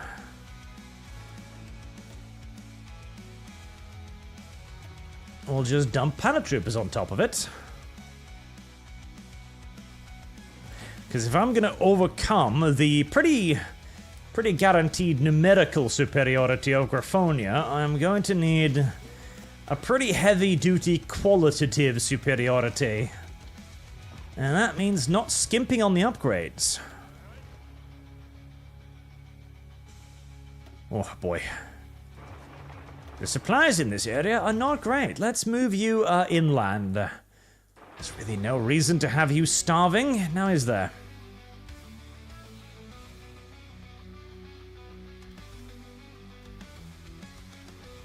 $11 division, 12, 13 divisions left. Okay. Well, the apple lies in Sakura. Dank Supreme, and by the way, the reason why we don't spell words correctly is because we keep the native spelling instead of imperializing it like we should. You should then, unironically, yes. You should make it spell correctly instead. Poor little Applejack. She's just a little bit sad. That's all. She's just a little bit sad. Feels a little bit tragic about everything that has happened to her.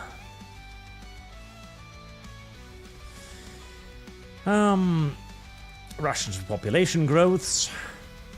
My allies keep trying to take this. Okay, fine. Well, if you're going to try and take that over, I mean, I'll happily help you out with that. Let's get the tactical bomber wings over. To take on the Dragonlands. Transport wing, you can move back to reserves with everybody else. And naval aircraft. You know, you guys have gotten your ass beat. Let's get you back in relative reserve so we can retrain you. And speaking of retraining, oh boy. See, this is going to be my biggest manpower drain for a while. I'm going to need like another 1,000 aircraft at least. There's going to be another like 100,000 pony power. It's going to be rather expensive. Rather expensive. I presume we have naval dominance? Yes, we do. No problems. Right, but first and foremost, let's make sure we're bombing that, and I'm gonna risk my paratroopers in a very aggressive landing. We're gonna fucking Crete this bitch. Alright, stage 1 of Crete successful.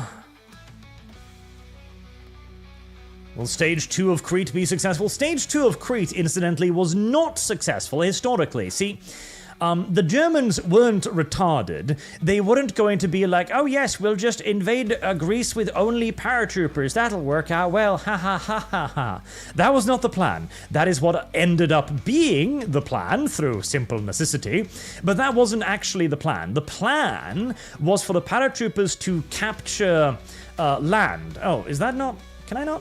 Oh, that's actually a completely different place. Okay, well, I guess we're gonna just capture it via paratroopers anyways then. Very well. I mean, the paratroopers did it, so who the fuck cares?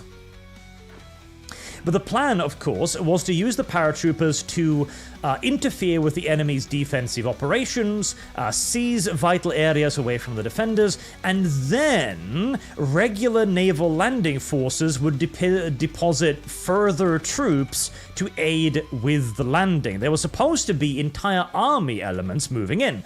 The problem was those army elements were intercepted by the British and largely sunk, which... yeah, that put a little bit of a crimp in the strategy there. Didn't work out that well, and of course that led to massive casualties for the paratroopers. That was also the reason why the Germans moved away from using paratroopers, because they were like, oh my god, yeah, no, we are not sending poor Chrysler's out to hunt the witch again. That ended very poorly the last time we tried.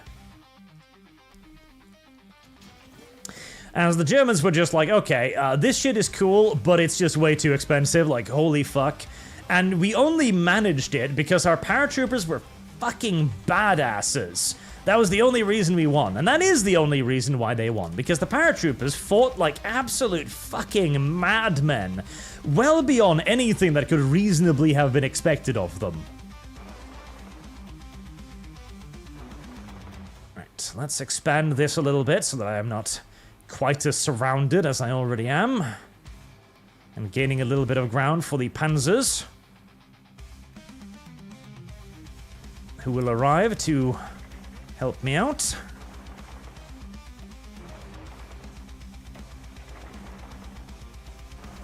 Right, only one unit on defense is dangerous, but it's hopefully going to be just about enough. Still don't have turbofan engines, nor am I going to have it in quite some time either. 695 days, right, we're not waiting for that one, I'll tell you that much. I really am behind on this stuff. But I'm behind on this stuff too. I'm behind on a lot of stuff, honestly. I need more research slots, is what I've realized. I'm actually good on fuel. Let's get more synthetic rubber. Amusingly, of course, as I've talked about previously, the Americans got the exact opposite lesson out of that. They saw the Germans fighting like absolute morons, absolute monsters, and went like, I'm pretty sure we can get Americans to do that too. Let's start depositing Americans deep behind enemy lines and see what happens. And hey, to be fair, it worked out pretty well for the Americans too, so yeah. Yeah. At the end of the day, the Germans were simply a little bit overcautious. Yes, overcautious. That was the problem with them. Overcautious. Alright, Dragon Isles seized as well. All we need now is a couple more tiny islands here, and we can set our sights on New Maryland. God, I will quite enjoy it when New Maryland is no more.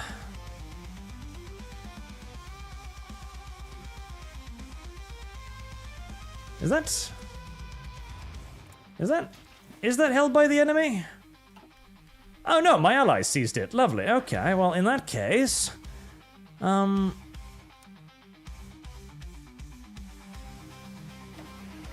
let's just fucking drop their asses then. Come on, paratroopers. I know what you're good for. See, you did that super duper easy. No problems. You just chase those dumb little light tanks away. Fire is the answer. Nickel Nico, you can pull 5 people from history and expose them to MLP. Who are they? Also, Dustborn. Thank you very much. That puts Dustborn at $205 out of a total 500 to be realized. And again, you can donate anything you want towards Dustborn, even if you've donated it previously. Have I missed anything now? I think I've caught up. I've just been distracted. No, I think I'm caught up. Okay, lovely. So we're going to read these, all of these, because this is like the main last storyline, and we need to keep Changing Wind alive. Changing Wind dies, I become sad again. Very, very sad again. Oh, finally I can start establishing fucking colonies. Yes! Yes! Yes! Colonies, colonies, colonies, colonies, colonies. This is what I've been saving all of my political power for. Colonies, colonies, colonies. Move, move! Keep those legs moving, Phillies. Actually, I'll answer the question first, otherwise I will forget it. So poor Dickle Neko is like, oh my god, don't answer my question. I will. I'm just retarded. 5 people in history that I can expose to MLP. Well, Hitler, obviously, because he was a big fan of animals, so I think he would... He would get the charm. Out of all of the people in history to be most likely to become a brony, Hitler's probably the leading contender right there. He's the most likely candidate to become a full-on brony. Oh god, I need a lot more chromium, don't I? I do. Well, to be fair, once these enormous fucking warships are finished, I will be freeing up a lot of chromium. Who else? 5 people. Who are the other 4?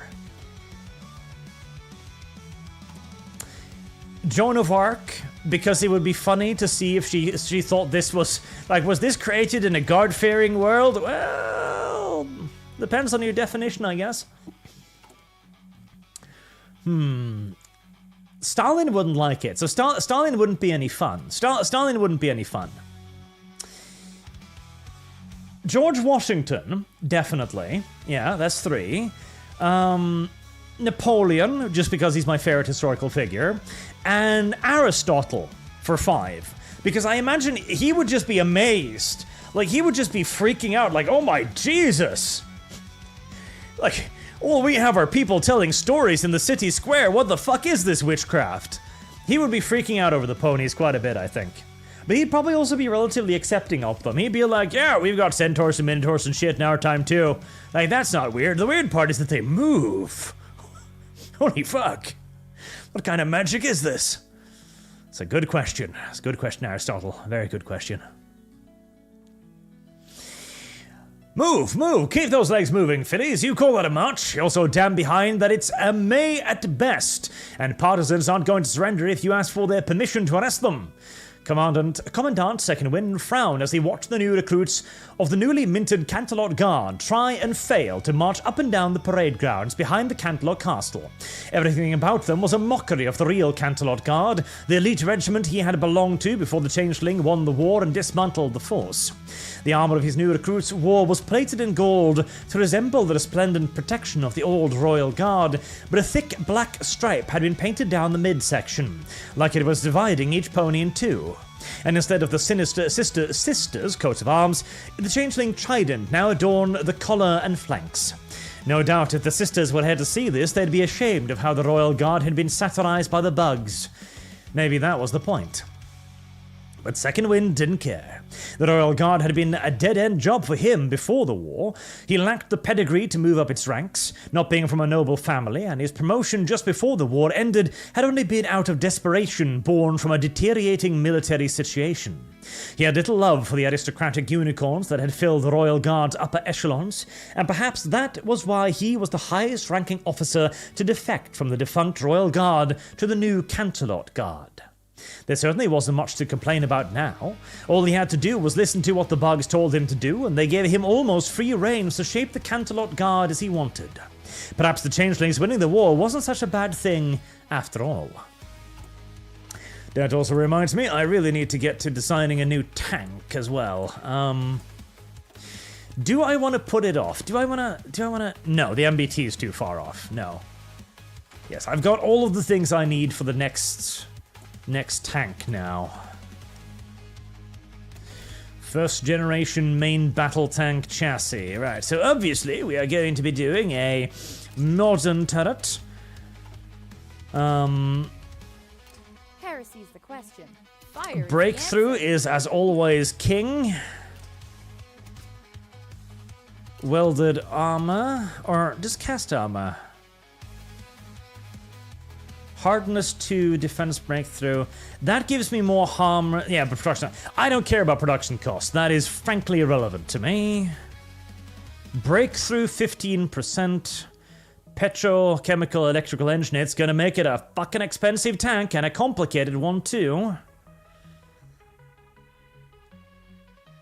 It's also gonna derp its speed by quite a lot. But let me try that. Right,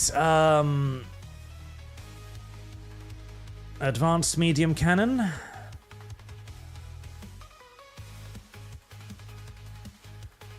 High velocity.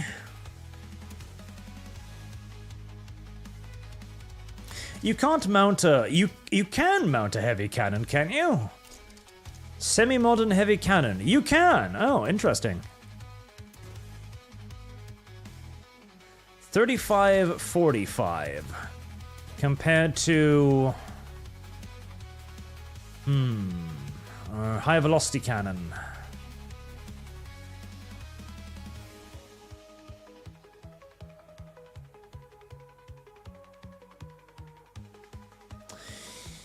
Advanced shell blaster cannon.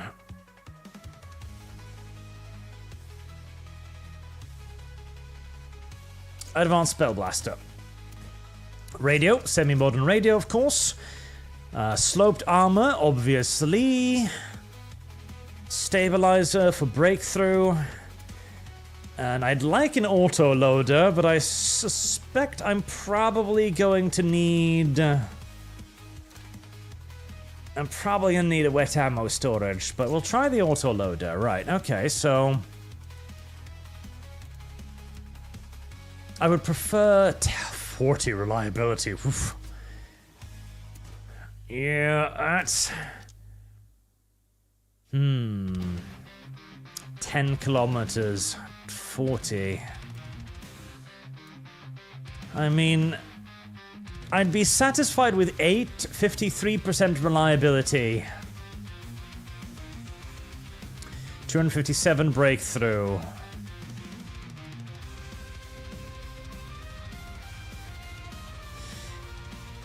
Nah, I think maybe a simple... I think a gasoline engine's gonna have to do. Maybe a diesel. Because 10 kilometers would be nice, but 8 would suffice.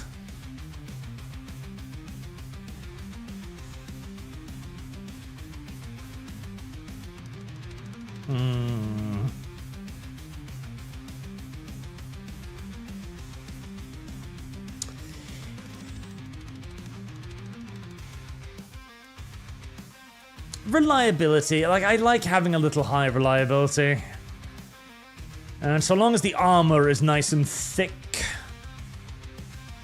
Yeah, that's good enough, that's good enough. E50M, that's not a bad name for it, but we need a nickname. We need a nickname for it. Artemis Fowl, who needs strategy when you can accidentally deploy your paratroopers across the entire theater instead of where you were supposed to? Americans paralyzed the Germans after making them think there were 40 divisions of airborne. They did indeed. They did the beautiful thing of the little dummies that they dropped all over the place.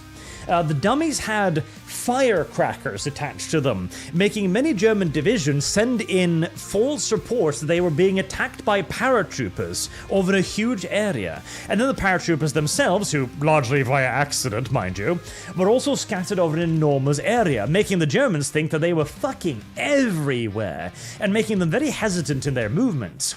That, and of course Hitler, rather famously, not being awoken out of his slumber to activate the panzer divisions, gave the Americans a very vital early window to really expand upon their gains at Normandy. Want to attribute that to anything? Buckymus? And Dax Brave, you totally missed that awesome joke. The magic is friendship, silly. Did I? I might have. It's entirely possible. It's not only possible, it's likely. E50M...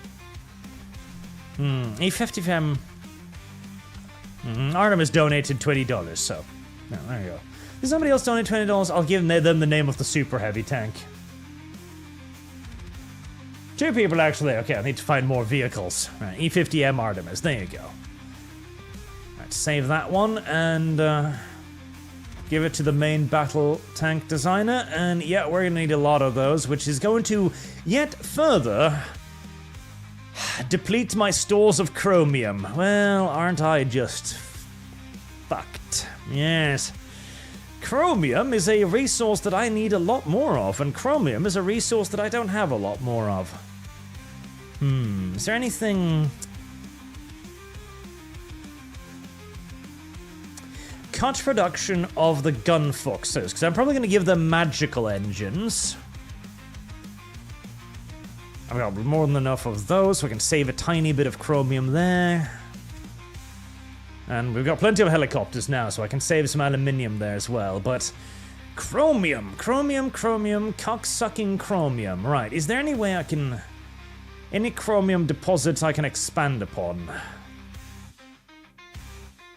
There's that, but that's owned by my ally, which doesn't really help me.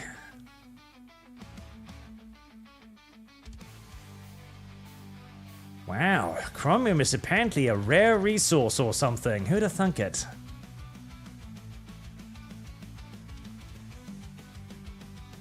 Damn. Nothing? No chromium. There's 22 there in Porto Caballero. That's owned by a puppet. Is there anything over here? No. Well, fuck.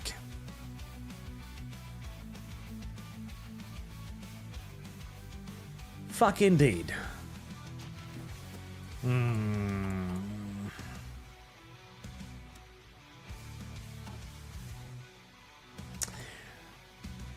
Could I possibly make my subjects give me more? They're, now they're already commissariats.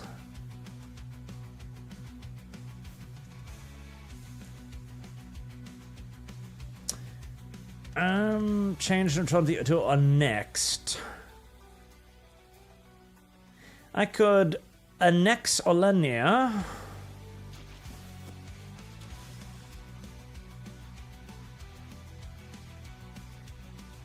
That would not be a bad idea.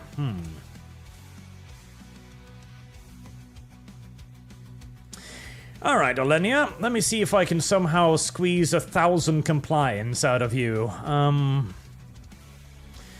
4,000 trucks? 100. Oh boy, okay, alright.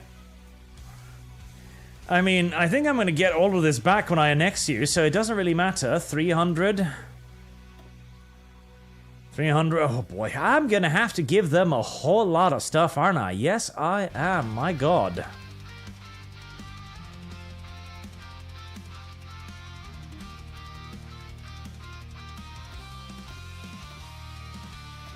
I don't even think giving them this... Yeah, no, that doesn't help, because it's not my stuff. I do have a lot of stuff to give them, though.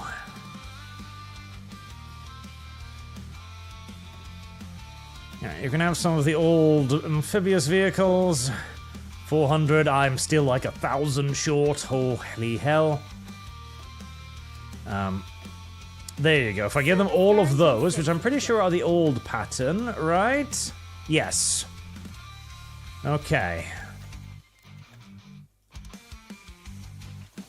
Right, this one is... Yes, that's the correct option. The top one's the correct option. Zero, Arch, I can round up my last 50... Can I round my last 50 to Dustborn? Of course you can. Yeah, sure. Right, that's 255, so we're over halfway to Dustborn now, out of a total of 500. So we are over halfway to Dustborn. And Dustborn, okay, I saw Artemis there as well. Alright, very well. 275 then, so we are almost getting there. Nominative determinism. Second Wind made sure to stand up and salute as General Major Yax approached the table at the far end of the bar. General Major, it's good to see you, the Pegasus said, bowing his head in deference to his changeling superior. He did, after all, owe his new position to the directives of Yax.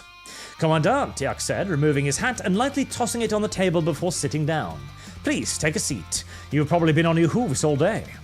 Getting the new recruits to march information is a challenge. I didn't expect to take this long, Second Wind admitted, sitting down across from the Generalmajor. Most of the ponies who were trained in the war wouldn't dare sign up for something like the Canterlot Guard, and most of my comrades in the Royal Guard would probably skin me alive if they found out this is how I've approached the post-war life. Well, you've certainly come farther and done better than most have, now that the war's over, Jack said. He snickered as a thought crossed his mind and he shook his head.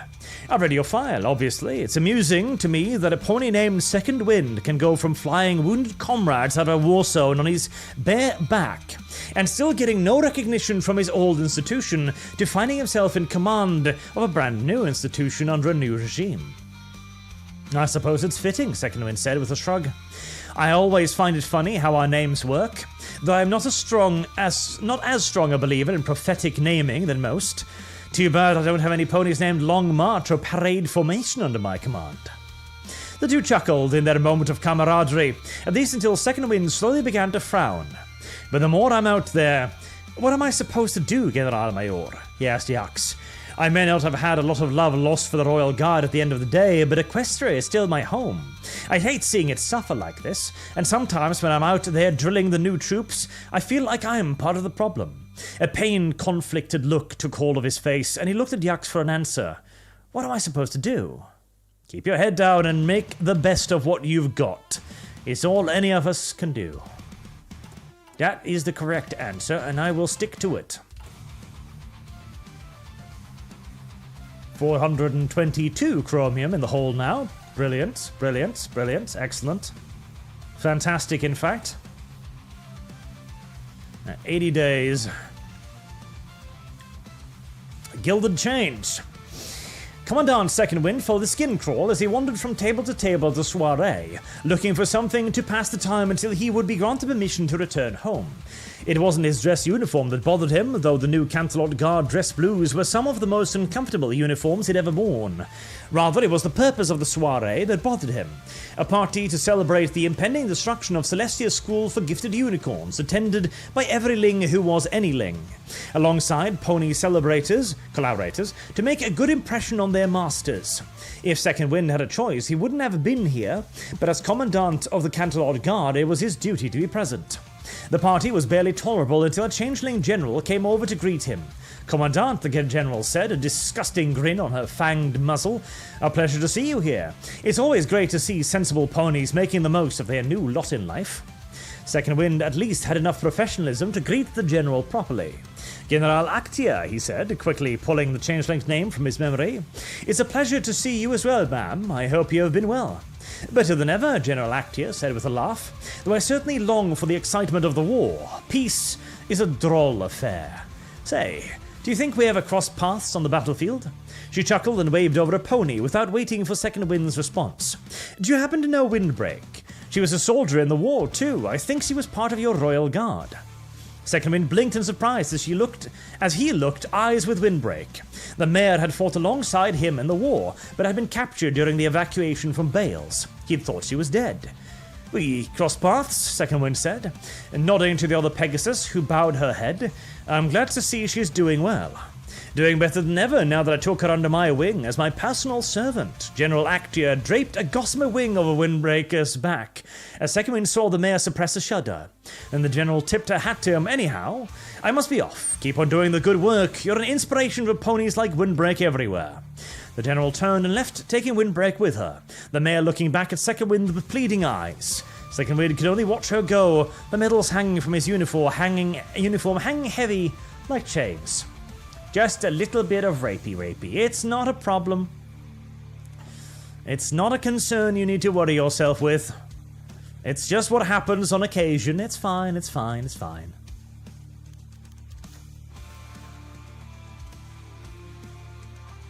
Speaking of, did you actually deliver that stuff yet? I want them to become 163 political power as well. God damn it. Oh, 70 per day. 55 days until we get more love. Second chancer, Second Wind decided to take his lunch out in town instead of in his office that day. After a frustrating day, Drake, God help me. Dang, English. Of drilling recruits and feeding the changeling propaganda to them, he just needed to get away from it all for a bit. So taking wing, the Pegasus flew down to one of the lower sections of Canterlot to go to one of his favourite dive bars. At least the bugs were too concerned about making the upper levels look pretty and presentable to bother the small business owners down below them, and so they hadn't confiscated the diner from its owner and given it to aspiring changeling entrepreneurs instead. He made his way inside and took a seat, greeting the owner he knew so well from the years before the war. He didn't have to take a menu, Sweet Saute and her husband knew his usual order by heart. He just sat next to the window and watched the ponies shuffle about the street while he sipped his glass of water. Mind if I join you? The stranger put on a smile as he stood by the seat across from him. Second Wind didn't recognize Rarity, especially not with a mask on, and he wasn't sure he wanted to talk with Rarity or any pony else. But she was awfully pretty. When was the last time he had a pretty mare asking to join him for lunch? Never! Never! That never happens! That never ever happens! Chat. If that ever happens to you, and you happen to be in the employ of the government, or I don't know, the personal secretary to Telegram or Rumble or something like that, something the government might want access to, that is an FBI agent, if you're lucky. CIA agent if you're not. CSI, SAS if you're particularly unfortunate, or MI5 more correctly, and if it's really, really a bad day, KGB. Sure, he said, gesturing to the seat. When she sat down, he raised an eyebrow and put on a small smile, trying to bring forth a little bit of that frat cult charm he used to have back in college. It's a shame a pretty filly like Rarity keeps her face hidden. Mind if I get a name? The mare tossed her mane back and leaned forward. Call me Glorissa, Second Wind. Second Wind blinked in surprise that she knew his name, but Glorissa continued on regardless.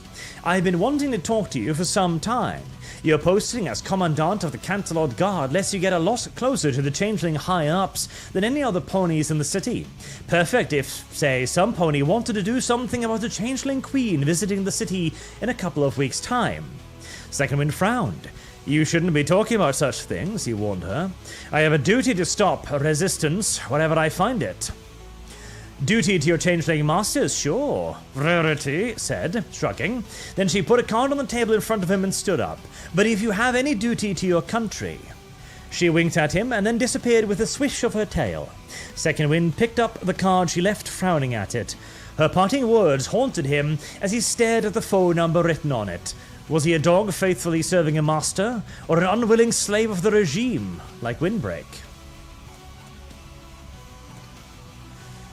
You're not a slave, you're a collaborator. There's a big difference between the two, a valuable difference that should be, well, appreciated more, frankly, by everyone involved. Yeah, I really think it is high time to get more of the extracting thingies. Yes, I think so. 63 days. Like, speaking of, I was about to set up invasions of this place too. Right, I've dealt with that.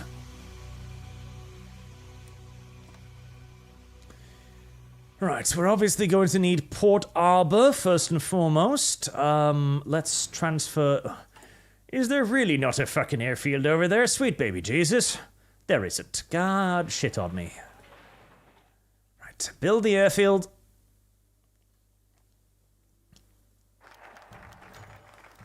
Just a moment, event. I just want to... There we are. Oh, I'm probably not going to be able to have... Actually, they don't have any air superiority there either, so... Maybe I could sneak in an air landing division there. That would be... quite cheeky and quite great, if I may say so myself. Oh, are you not on the thing? No, you're not. Right, move over there. Good boy. Get you moving, set you up, and... directly on top or right next? Directly on top. The shock and awe approach has treated me very well so far, so I believe I shall continue to utilize it. It is out of range for just about everything, but not these, not the new ones. The new ones can reach you just fine. Right. These 4 will carry out patrols there. And these will patrol there. Right, we'll have you carry out strike force duties. And you will be doing convoy raiding up there. There. And mining command. Let's have you start mining the waters as well. Right. As soon as you see an opening, do begin the naval invasion. We didn't start the fire. Truck after truck descended on the shuttered school from the break of day, lining up in the courtyard and waiting to receive the contents of the building for safekeeping somewhere else. Second Wind and the Cantlord Guard had been brought down shortly after to keep the curious crowd from getting too close. And his soldiers formed a semicircle around Molestia School for gifted unicorns. For gifted unicorns. Unicorns only, mind you.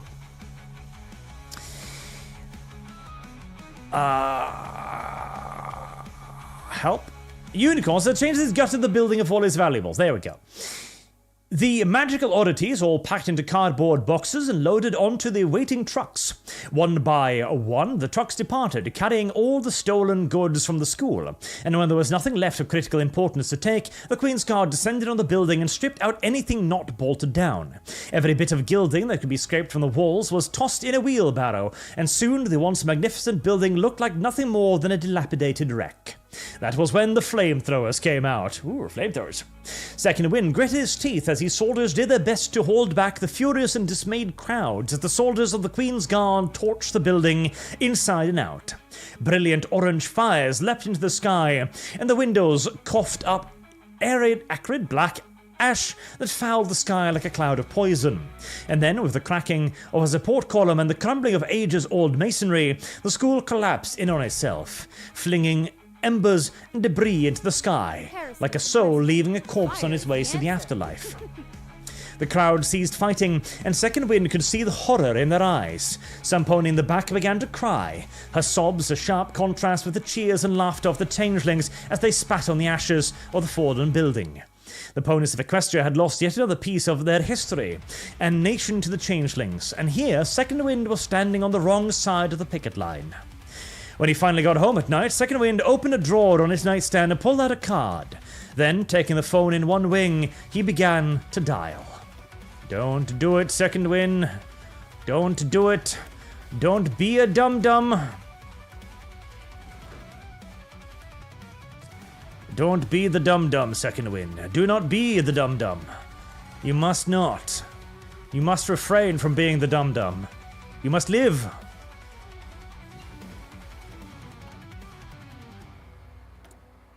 Soon raise its autonomy. Who? Oh, it's them. Did I do the thing to the thing? The lure puppet is fine.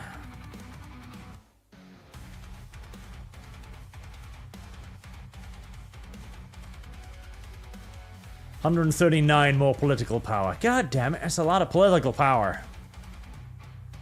Alright, well, hopefully I'll get it eventually. Right, I get 200 more tactical bombers. Do you even have range? Sort of. Right, okay. Go on, paratroopers. This is going to be by far your most dangerous job so far, and hey! That was another big naval battle, wasn't it? Lost some more destroyers, but that's... from what? The carrier fleet? I'm not that worried about that carrier fleet. Its ships are pretty outdated as it is, and that is a very one-sided fight regardless. Go on, you've got this. You got it, you got it, you do got it. Good boys, good lads. Okay. Fuck the naval invasion, you don't need that anymore. Just get over there. Right, paratroopers.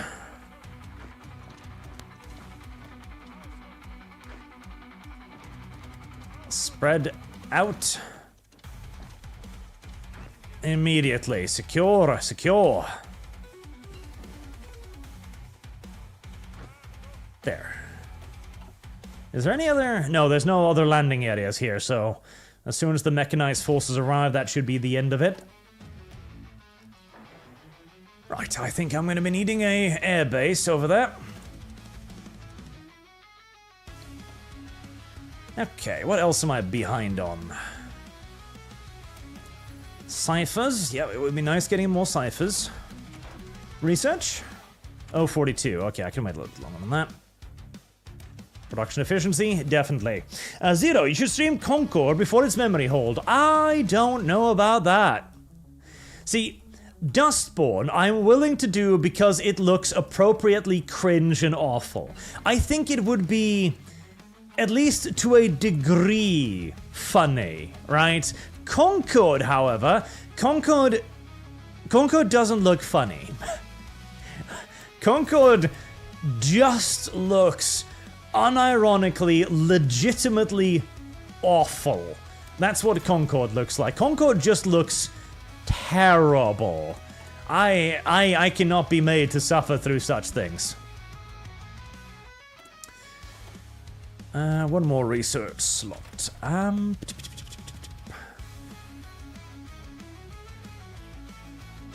Heavy flame tank company? That does sound mildly funny. An entrenchment will be useful in the future. This day is going to be perfect. Orbus Lieutenant Al-Sippy stood... Al-Sippy, who even knows? Stood in the magnificent throne room of the Canterlot Palace as the Pegasus and Unicorn laborers worked hard to place the decorations for Queen Chrysalis's coming coronation. The past few days had been a whirlwind of activity, and the next few were likely to be the same as the final preparations were made for the Queen's arrival. She held a checklist by her side and a magic and scratched off another box with her pen as the ponies finalized the decorations. That was the easy part done, at least. Hopefully everything else would fall into place soon. She looked through the list as she turned away and began to walk back to her office. She'd made sure to send out the invitation to the remainder of Canterlot nobility, as well as some of the socialites and collaborators that had been instrumental in keeping the peace in the city. Security had been organized with every single building along the parade route checked by the hair in case any were harboring resistance agents or pony sympathizers to the partisan cause. A cadre of bodyguards had been assigned to protect the Queen during the parade, chosen from the most capable of the collaborators and defectors to emphasize how much the Queen was beloved by Equestria.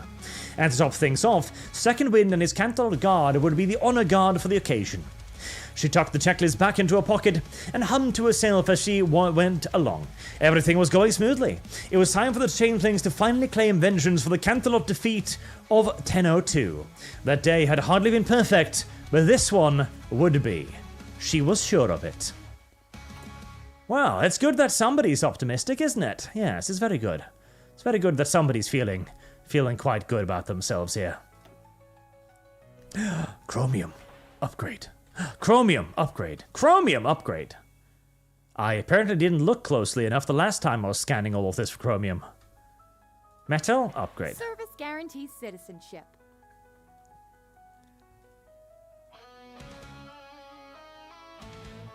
Crystal? I got lots of crystal. I don't actually need crystal. And that is all the chromium in the whole wide world. Yet again. How unfortunate. Nah, I don't need a radar station there. That's overkill, if anything. Zero, but Arch, your suffering is part of the fun. Yeah, but I feel like that would be too much suffering, even for you. Like, Concord just looks awful. Like, just unironically, genuinely awful. It doesn't even look funny awful. It just looks awful. Alright, we're gonna get you going on, we're gonna invade New Manhattan first. And paratroopers will take care of the pacification of the island. Right, we're gonna need to get stuff over there. Quite a lot of stuff, probably. I'm probably gonna want to bring the entirety of the second Hasgruppe. And probably all of my panzers as well. They're going to be necessary. Oh, I already had somebody brought over. Okay, well, just a slight delay, not a big deal. Alright, let's move the tanks over first.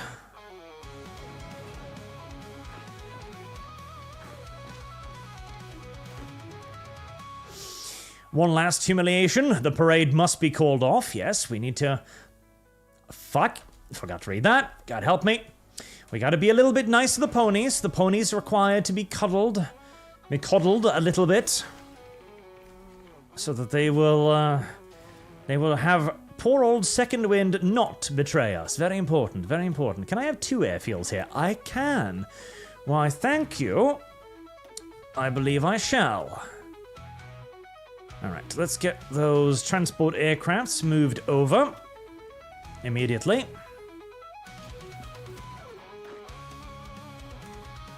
That'll allow our airborne forces to aid our attack on New Manhattan by seizing New Summerfield. That'll be very useful. Right, tanks are over. I can probably support that, so let's move over the infantry as well. Speaking of, let's get you guys on strike force as well, because they still have a surprising amount of naval forces in the area, so let's make sure we are dealing with that adequately.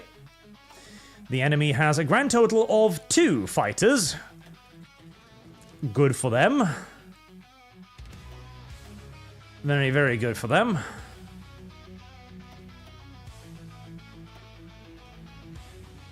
Alright, you're going to support that.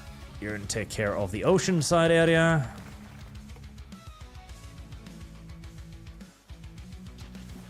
And confession.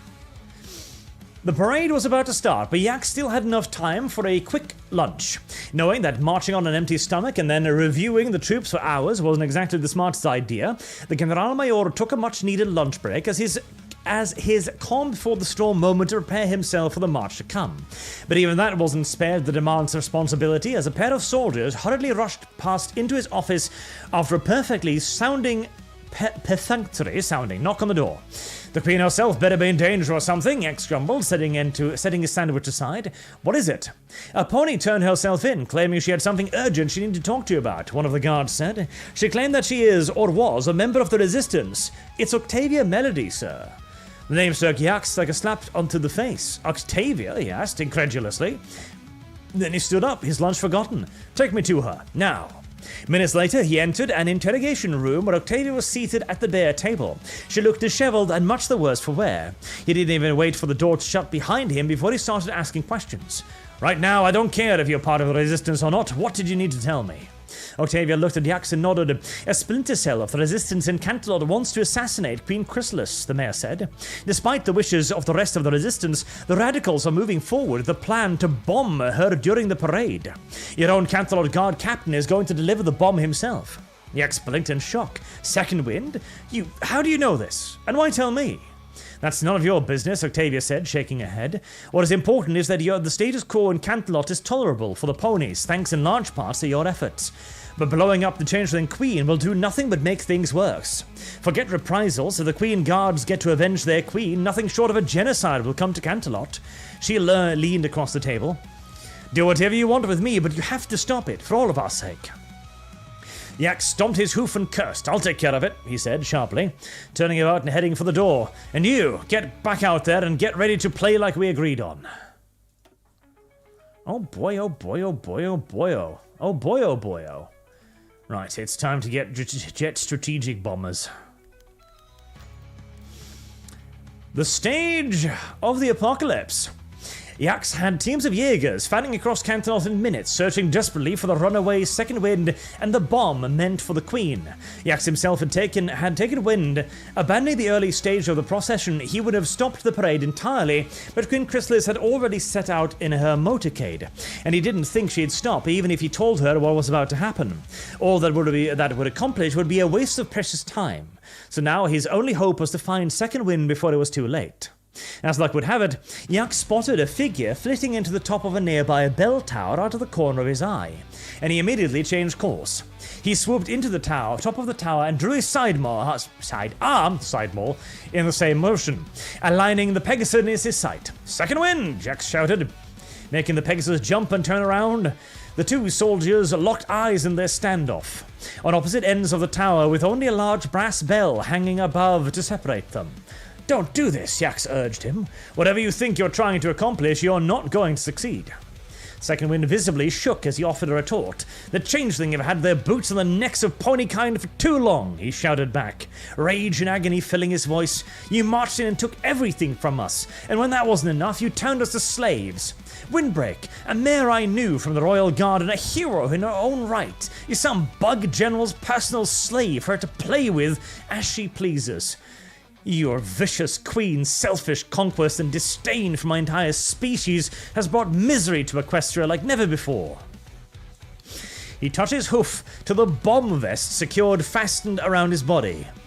"I'm going to stop it," he shouted, his voice cracking with anguish. "I don't care what happens to me, but she needs to die. She needs to die if Equestria is to live." Oh boy. Victory and defeat.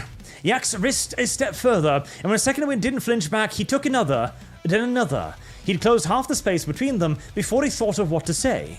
"You can only make things worse for ponies in Equestria, Second Wind," Yak said. "Queen Chrysalis is too self-absorbed to ever look at what's happening beneath her in the chain of command. She had cruel whims and flights of fancy, but show her something else to distract her from it, and she can be dissuaded out of these ideas." He gestured to the street below, where the procession was approaching the bell tower.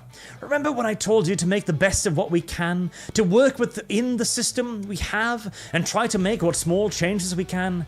I used my authority as a governor to cancel the POW parade. It will be nothing short of humiliating and degrading for ponies across all of Equestria. I know that, so I used the authority I have as a governor of Canterlot to put an end to it. I didn't go protesting to the Queen that this would violate pony rights or cause more trouble than it was worth. I'll catch flack from it when it's all said and done, but I had the right and the means to make a difference using my station. Not every change has to come through violent revolution." He took a few steps closer and placed his hoof on Second Wind's shoulder. "Killing Chrysalis will lead to nothing short of cruel and harsh reprisals from the Queen's Guard. They will not be so easily distracted, and they will put every waking moment towards exacting vengeance upon pony kind. We can't let that happen. Chrysalis has to live, and together we can use our positions to keep the worst of our impulses away from hurting your kind. We can direct it towards the Griffins. I've seen the invasion plans already. Trust me. It'll be way worse." Tears streamed down Second Wind's face, and finally, after what felt like an eternity, he hung his head. "You're right," he whimpered. "I'm just so angry. The world shouldn't be this cruel." "It shouldn't," Jax agreed, "and we can do our parts to make it less so. Now come on, let's get this thing off you, and get you back into the parade. If we're quick, it'll be like nothing happened." "He lives! He fucking lives!" Okay, good. I think we're onto it. I think this is it. I think salvation is at hand. I think we have finally achieved pony harmony, or something akin to it. Let's get you over there. Is there even anything in the air? Do they even have anything left? No, not really, no. Okay, so 100 fighters would do. Alright. And before we get to the next one, Reverend Norse, is there a reason to wish for Second Wind to not being to be a simp? He seems pretty far gone from the story bits. Can you have Yax promote him by bullets? Sadly, no. The correct option would obviously be for Yax to jump in, see the suicide vest, pull the trigger, and put a bullet through his brain stem immediately. That would have been the correct option, but it is not an option we are granted, I'm afraid. See, this is what they actually teach. They actually teach, like, special forces, cops, SWAT, etc. If you're up against somebody with a bomb vest, and they don't have a dead man switch, mind you, that's the important part, then the way you neutralize them is not by talking to them, it is not by negotiating with them, it is by putting a fucking round in their brainstem immediately. That is the official solution to that problem. Pax Chrysalia Magnifica. It took until Yax found himself standing behind Chrysalis at the podium in front of the royal palace for his heart to finally stop racing. He didn't know if he'd been able to stop Second Wind at the bell tower, but he was glad that the Pegasus finally saw reason, and when Second Wind led the Cantelord Guard in procession in front of the Queen Chrysalis, it was impossible to tell that the stallion had a bomb meant for the Queen strapped to himself just minutes before. The rest of the parade was a blur to worn-out Changeling. Soldiers marched, tanks rolled, and planes roared overhead as the Changeling High Command each took their turns giving speeches. Yax, as the governor of Cantelord, had to give his own speech, and when the time came, he stepped up to the podium and pulled out a couple of folded note cards from inside of his jacket. Then, clearing his voice, he spoke to the assembled Changelings and ponies, his voice booming around the plaza. Citizens of Cantelord, soldiers of the Hare, and everybody else that has honored us with their presence here today, he began, eyes scanning the crowd. It has been a difficult journey to get where we stand today. We have had to make hard choices. We have had to make risky choices. We fought hard to conquer Equestria, and we fought even harder to keep it. But we have today our great queen shall be given her rightful crown, and a queen shall become an empress. But today would not be possible without the hard work of everybody, pony and changeling alike, that have come together to make the Pax Chrysalis a lasting peace. We may still have much work to do, and we may still be faced with threats both inside and out, but there is one thing that I know for certain, that we have overcome our darkest times, pony and changeling alike, and now together we can work to make brighter times in the days ahead. Then he turned to face Queen Chrysalis and deeply bowed. All hail Empress Chrysalis, the true keeper of the Pax Chrysalis. Thunderous applause greeted Chrysalis, and Yax stepped aside to let the Queen be granted her new crown. And as the Queen lifted it off its satin pillow in her magic, all the world knew that the defeat of 1002 had finally been avenged. Yes. Yes, yes. Yes, happiness. And on that note, I would like to turn the Olenians into a puppet, please. Subjects, can I? 2 more political power. Well, fuck you too, then. Please don't be minus. Thank you.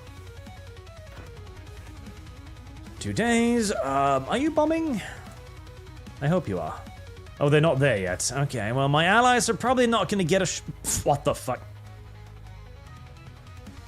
Alright, the Bears have some interesting looking generals. What else is new, though, I suppose? Denouncement. It was well past midnight by the time the festivities from Queen Chrysalis's coronation finally wound down, and Yax was exhausted. The adrenaline rush of his last-minute confrontation with Second Wind before the parade had long since left him, and being present for everything Empress Chrysalis wanted in the hours that followed had left him drained.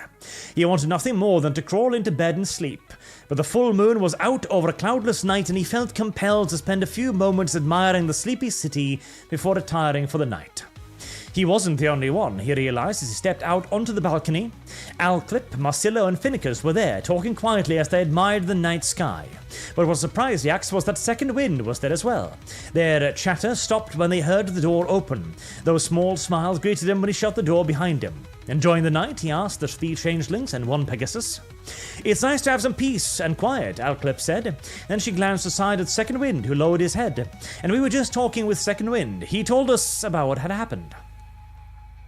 It's in the past now, Marcillo said, and what happened doesn't need to leave this balcony. It's for everyone's best interest.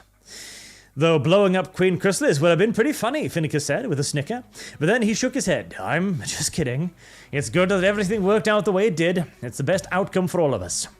Yax nodded as he took a seat at the edge of the group. It's been a long journey to get here, but I'm happy to finish with, he said, leaning back against the wall and looking up at the stars above. Somehow we did it. And that's all any of us could ask for. And so long as we keep doing our best, then we can make things a little better, step by step. It's all any of us can hope for, Second Wind said. Maybe one day, ponies and changelings will be equals. One day, Axe said, I'm sure of it. So long as we all work together. Yay. Peace, prosperity, happiness, and all of those fluffy things. All of those fluffy things. And also now I need destroyers. What is the thing we put on our destroyers? Nothing but light missile batteries.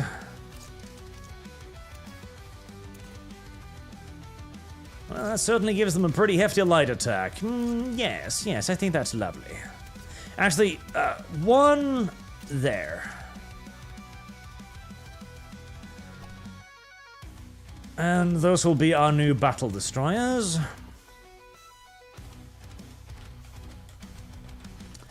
Battle Destroyer 2.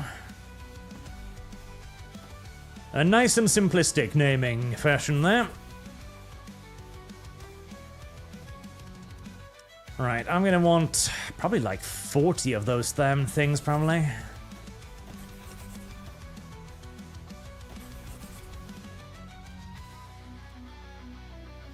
Not that I have the resources to build any of that, mind you, but I'll get the resources eventually as everything else finishes up, so don't worry about it, I'm sure we'll get it. There, 40. Is the big boys done? Yes, most of the big boys are done, which has led to, well, some elevation of the chromium. Some elevation of the chromium starvation, even if not a whole lot of elevation of the chromium starvation. Come on, changelings. I want to take all of you over now.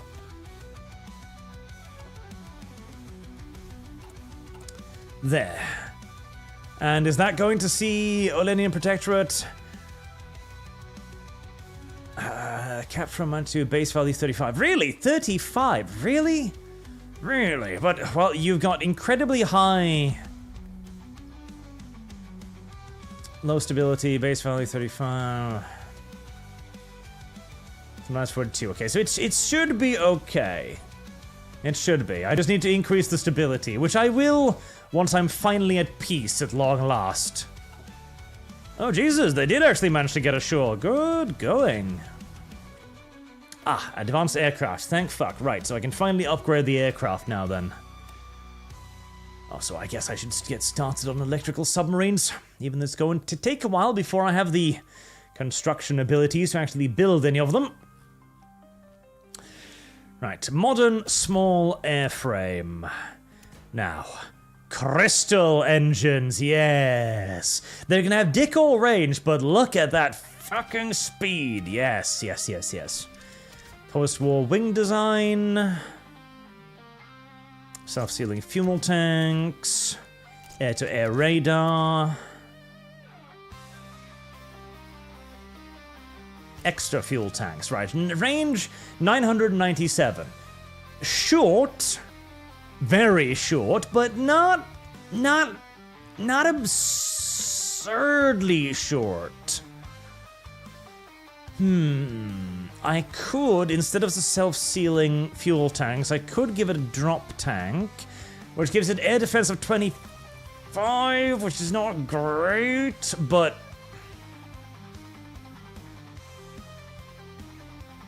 an extra 300 kilometers range is a pretty big deal. Yeah. I think its sheer ridiculous speed is going to be all the defense this thing is going to need. Its sheer retarded speed is going to be more than enough. That's going to have it clock in at what? What's the speed of the Gunfox? 900, so it's 500 kilometers faster. Yes. A rape jet. A play on the word ramjet, but rape jet.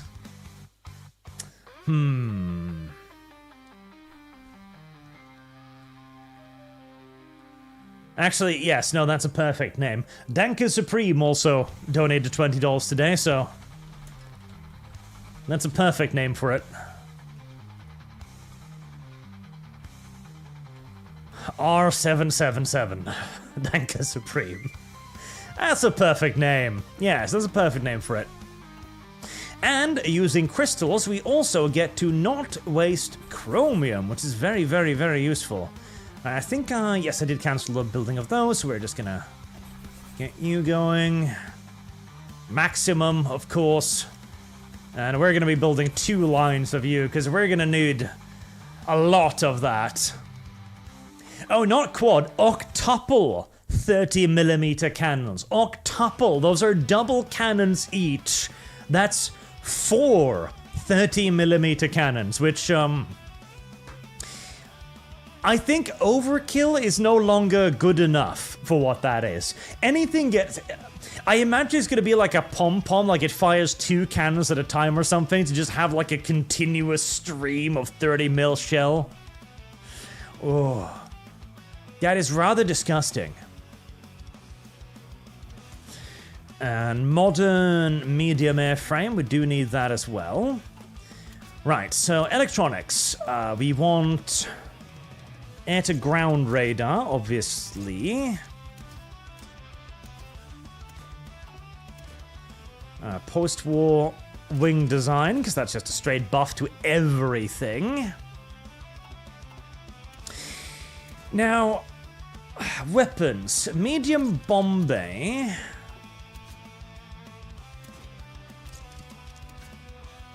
Rockets or Bombays? So, ground attack... 7.5. Rocket pods, 8. Small GP Bombay, 10. So small general purpose bombs is better, but it's less good for logistical strikes. Anti-tank cannon is 8, which is not great. 11, that's better.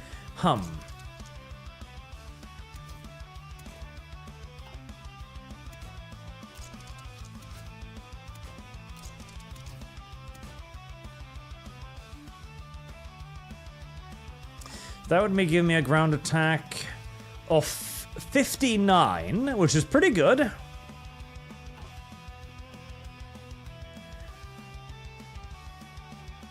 But it'll give me an agility of 32.5, which isn't actually terrible. Alright, if I change all of those for rocket pods, how does that look? 50, 34. Okay, yeah, so small bombs are definitely the better then. What about medium bombs? That will make them better at logistical strikes. Oh yeah, small bomb bays are definitely the way to go. Small GP. God help me. God help. Cass, small GP. Cass, small GP. And small GP. And then I can't put anything in the last one. Alright, fair enough. Simple dimple. Now, engine. Props or jets? Jets give me speed, but it gives me less range. Turboprop gives me 977 contra... Actually, that's dick all difference. Yeah, turboprops then. Fuck yeah, turboprops. Turboprop engines. Right, and that gives me already 2,000 kilometer range. That's very good. If I give them... I mean, honestly, that's more than enough. That is more than enough. Yeah, give them... Do I give them...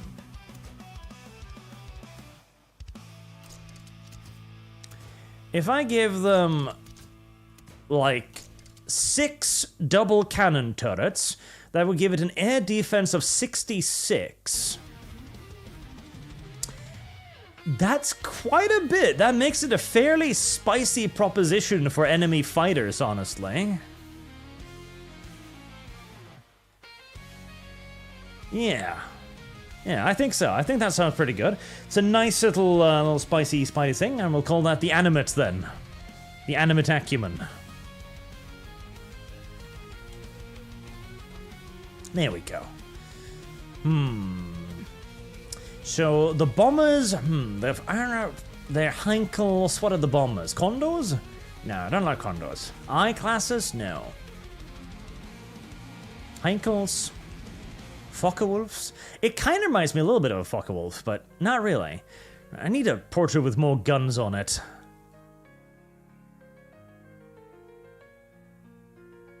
None of these look right. Fine, I'll just pick that one then.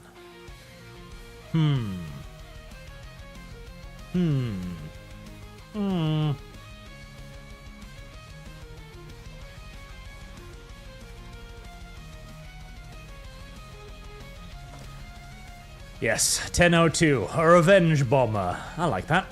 How much thrust do I have? Could I get away with 3 turboprop engines? I could by 1 point. Right, let's do that then. Lovely, lovely, lovely, lovely, lovely, lovely. That is going to need aluminium. It's a bit expensive. But not too expensive. Well, actually, that's a bit too expensive. Right, hold on. I can get that. Yeah, I can get that. Yeah, no problems. So long as it's not chromium, I can pay for it. Nice. New fighters. Beautiful, beautiful, beautiful. Beautiful. Alright, we're going to finish off New Maryland, and then we'll probably wrap it for the day, but I'm going to finish that up. Let me see. What was Dustborn on? Dustborn is on $275 out of 500 to finance it, incidentally. Very good progress today. Very good progress today. Over halfway there to making me pay for the crimes of the Norwegian government in funding it. Yes, main battle tanks. Yes, yes. This may be a terrible mistake, because I have a sneaking suspicion that I haven't built enough of them to, Actually, I'm only down 800. You know, that's not as bad as I was fearing. Can you make Arch pay for the crimes of the Norwegian government? Well, on this one occasion. But that's the only one. An inglorious fall. Oh, Rarity's a little sad. Gunfire chased Rarity into the alleyway, the bullets whizzing past her head. She fired blindly behind her with the submachine gun she held in her magic, and when the firearm clipped empty, Rarity chucked it aside. She was out of ammunition anyway. Clutching onto it wouldn't help her at all. She galloped through the night, trying to put as much distance between herself and the den the Jaegers had just raided. Rarity knew Generalmajor Jax would come for her eventually. She just hoped that fool Second Wind would have blown up the Changeling Queen before then. The chaos would have given Rarity and the Society the opening it needed to seize control of Canterlot, but with the Queen's survival, all of her hopes had been dashed. And as the Changelings gunned down the last of her collaborators in her new makeshift den, she knew that the Society was finished. She finally stopped many miles away by the river that flowed past Canterlot. Her limbs were shaking from exhaustion, but she managed to flee her pursuers. But she knew they wouldn't stop looking for her, so as long as she lived, she was a threat to the hegemony. She'd have to try to flee the country if she could, or at the very least go into hiding in some no-name town and wait for her time to come again. Rarity pried her mask off and held it out in front of her. Not a pony, nor a changeling knew what she looked like under the mask. Glorissa was the mask, not the mare. In this case, her true self would be the greatest disguise. So taking a deep breath, the mare flung the mask as far into the river as she could. Maybe the bugs would find it and think she was dead. If only she could be so lucky. Turning away, Rarity melded back into the darkness of the night, never to be seen again. That's definitely Rarity. That is definitely Rarity. No fucking doubt about it. That's Rarity.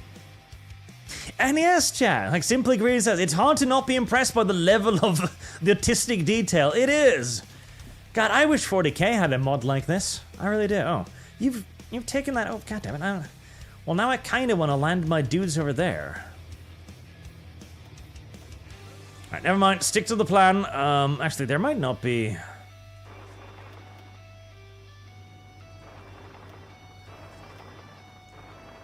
there might not be a whole lot of stuff over here to stop me now that I have a look at it.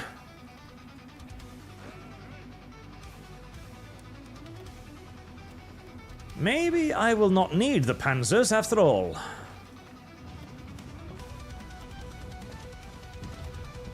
Go out there, my pretty little Fallschirmjägers. Yeah, I think the panzers would probably be superfluous to requirements here. Good, well, in that case, send the panzers to the mainland then. And help out with its seizure.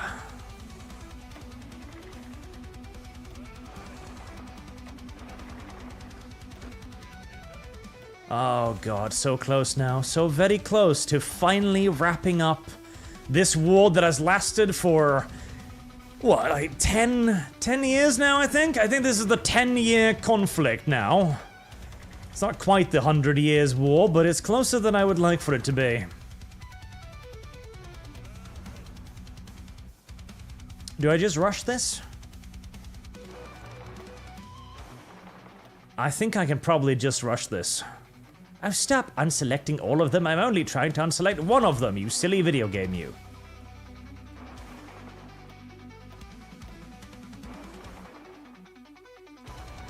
New Huffington. That too is a name in a video game. Go on, tanks, make me proud. Take care of the last tiny, disgusting remnant of the resistance. The fall of Sunset. Fighting has come to an end in the city of Sunset as the last of the new Mainlander defenders surrendered on the steps of the Opera House. The building itself had been gutted by fires caused by Hyperborean artillery barrages. Hyperborean artillery. The Sunset Harbor Bridge remains intact as the new Mainland forces couldn't bring themselves to destroy the iconic symbol of the city. The Hyperborean flag now flies from the top of the bridge's archway, letting all know who control the city. By the way, I do have to show you this. So, the Hyperborean focus tree actually culminates with Hyperborea. They're creating Hyperborea. I kind of love that. They're Hyperboreans. That is sort of awesome. That is sort of awesome. Hyperborea. Increase Olenian love quotes. No, we don't need to do that. Say, how did the resistance... Yeah, the resistance is basically 0. Yep, I figured as much. Alright, no problem there then. The Winds of Change. Commandant Second Wind looked up as another pony entered his office. Commandant, the mayor said, saluting and waiting for his response. Private Parsnip, he said, quickly saluting with his wing and nodding to the mayor. What can I help you with? Parsnip bit on her lip, hesitating at the last moment about whether to share her reasons for visiting or not.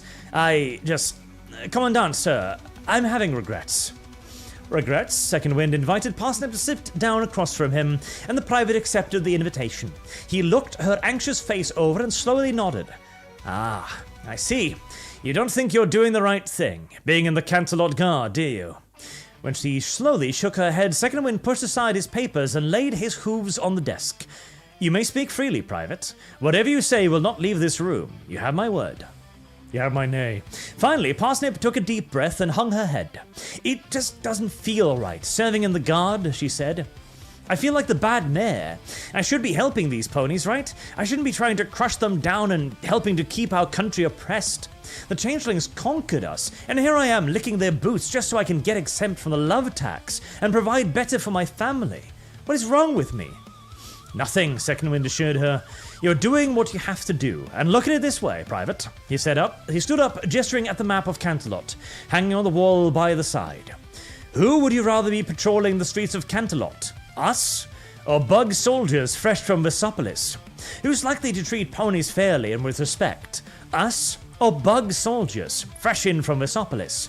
Who's likely to make a difference under their watch? Us? Or bug soldiers from Vesopolis? Parsnip said, finishing Second Wind sentence. I think I understand what you mean. Things can be better under us than under the bugs. She even managed a small smile. Thank you, Commandant. I guess I really needed to hear that. Secondly, nodded. Anytime, Private. And if any of your companions are having similar thoughts, tell them to come to me. Us ponies have to stick together, you know. Good, good. The collaborators are hyping each other up. This is what you need. You need good collaborators, friendly collaborators, collaborators who understand the benefits and the advantages of being on good terms with the regime, and there it fucking is. At long last, peace. Peace. Peace in our time. Right. Puppets.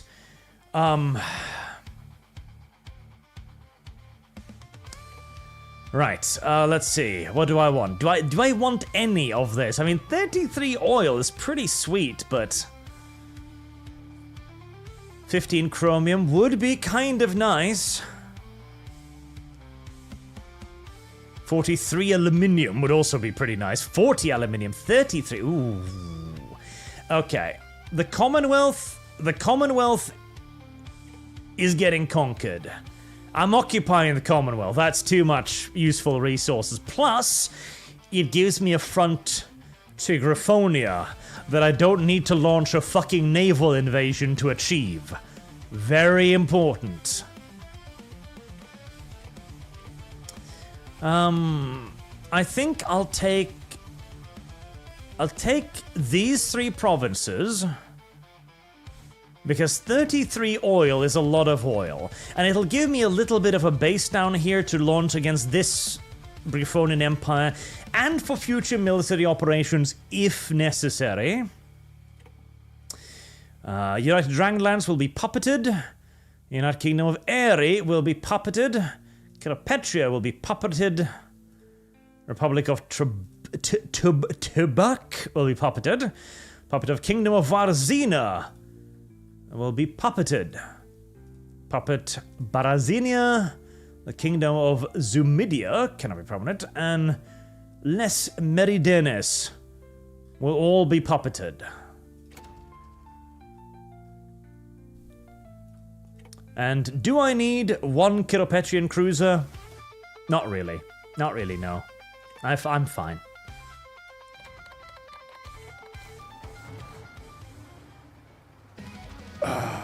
Right. What do you mean at war? What do you mean at war? Oh. Really? Really? That whole...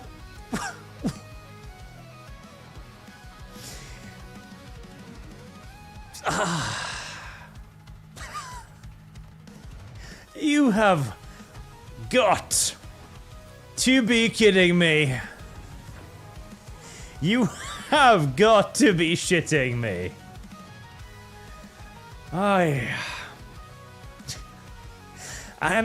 Okay, so that must have been some kind of trigger, because the very instant I was at peace, I didn't get declared a war on by the birdies.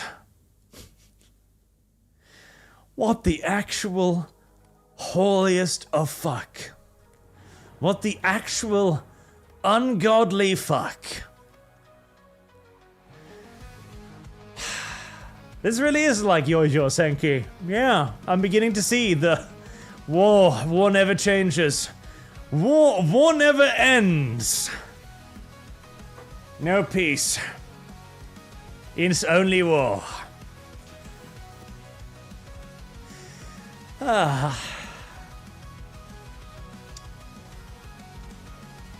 Right.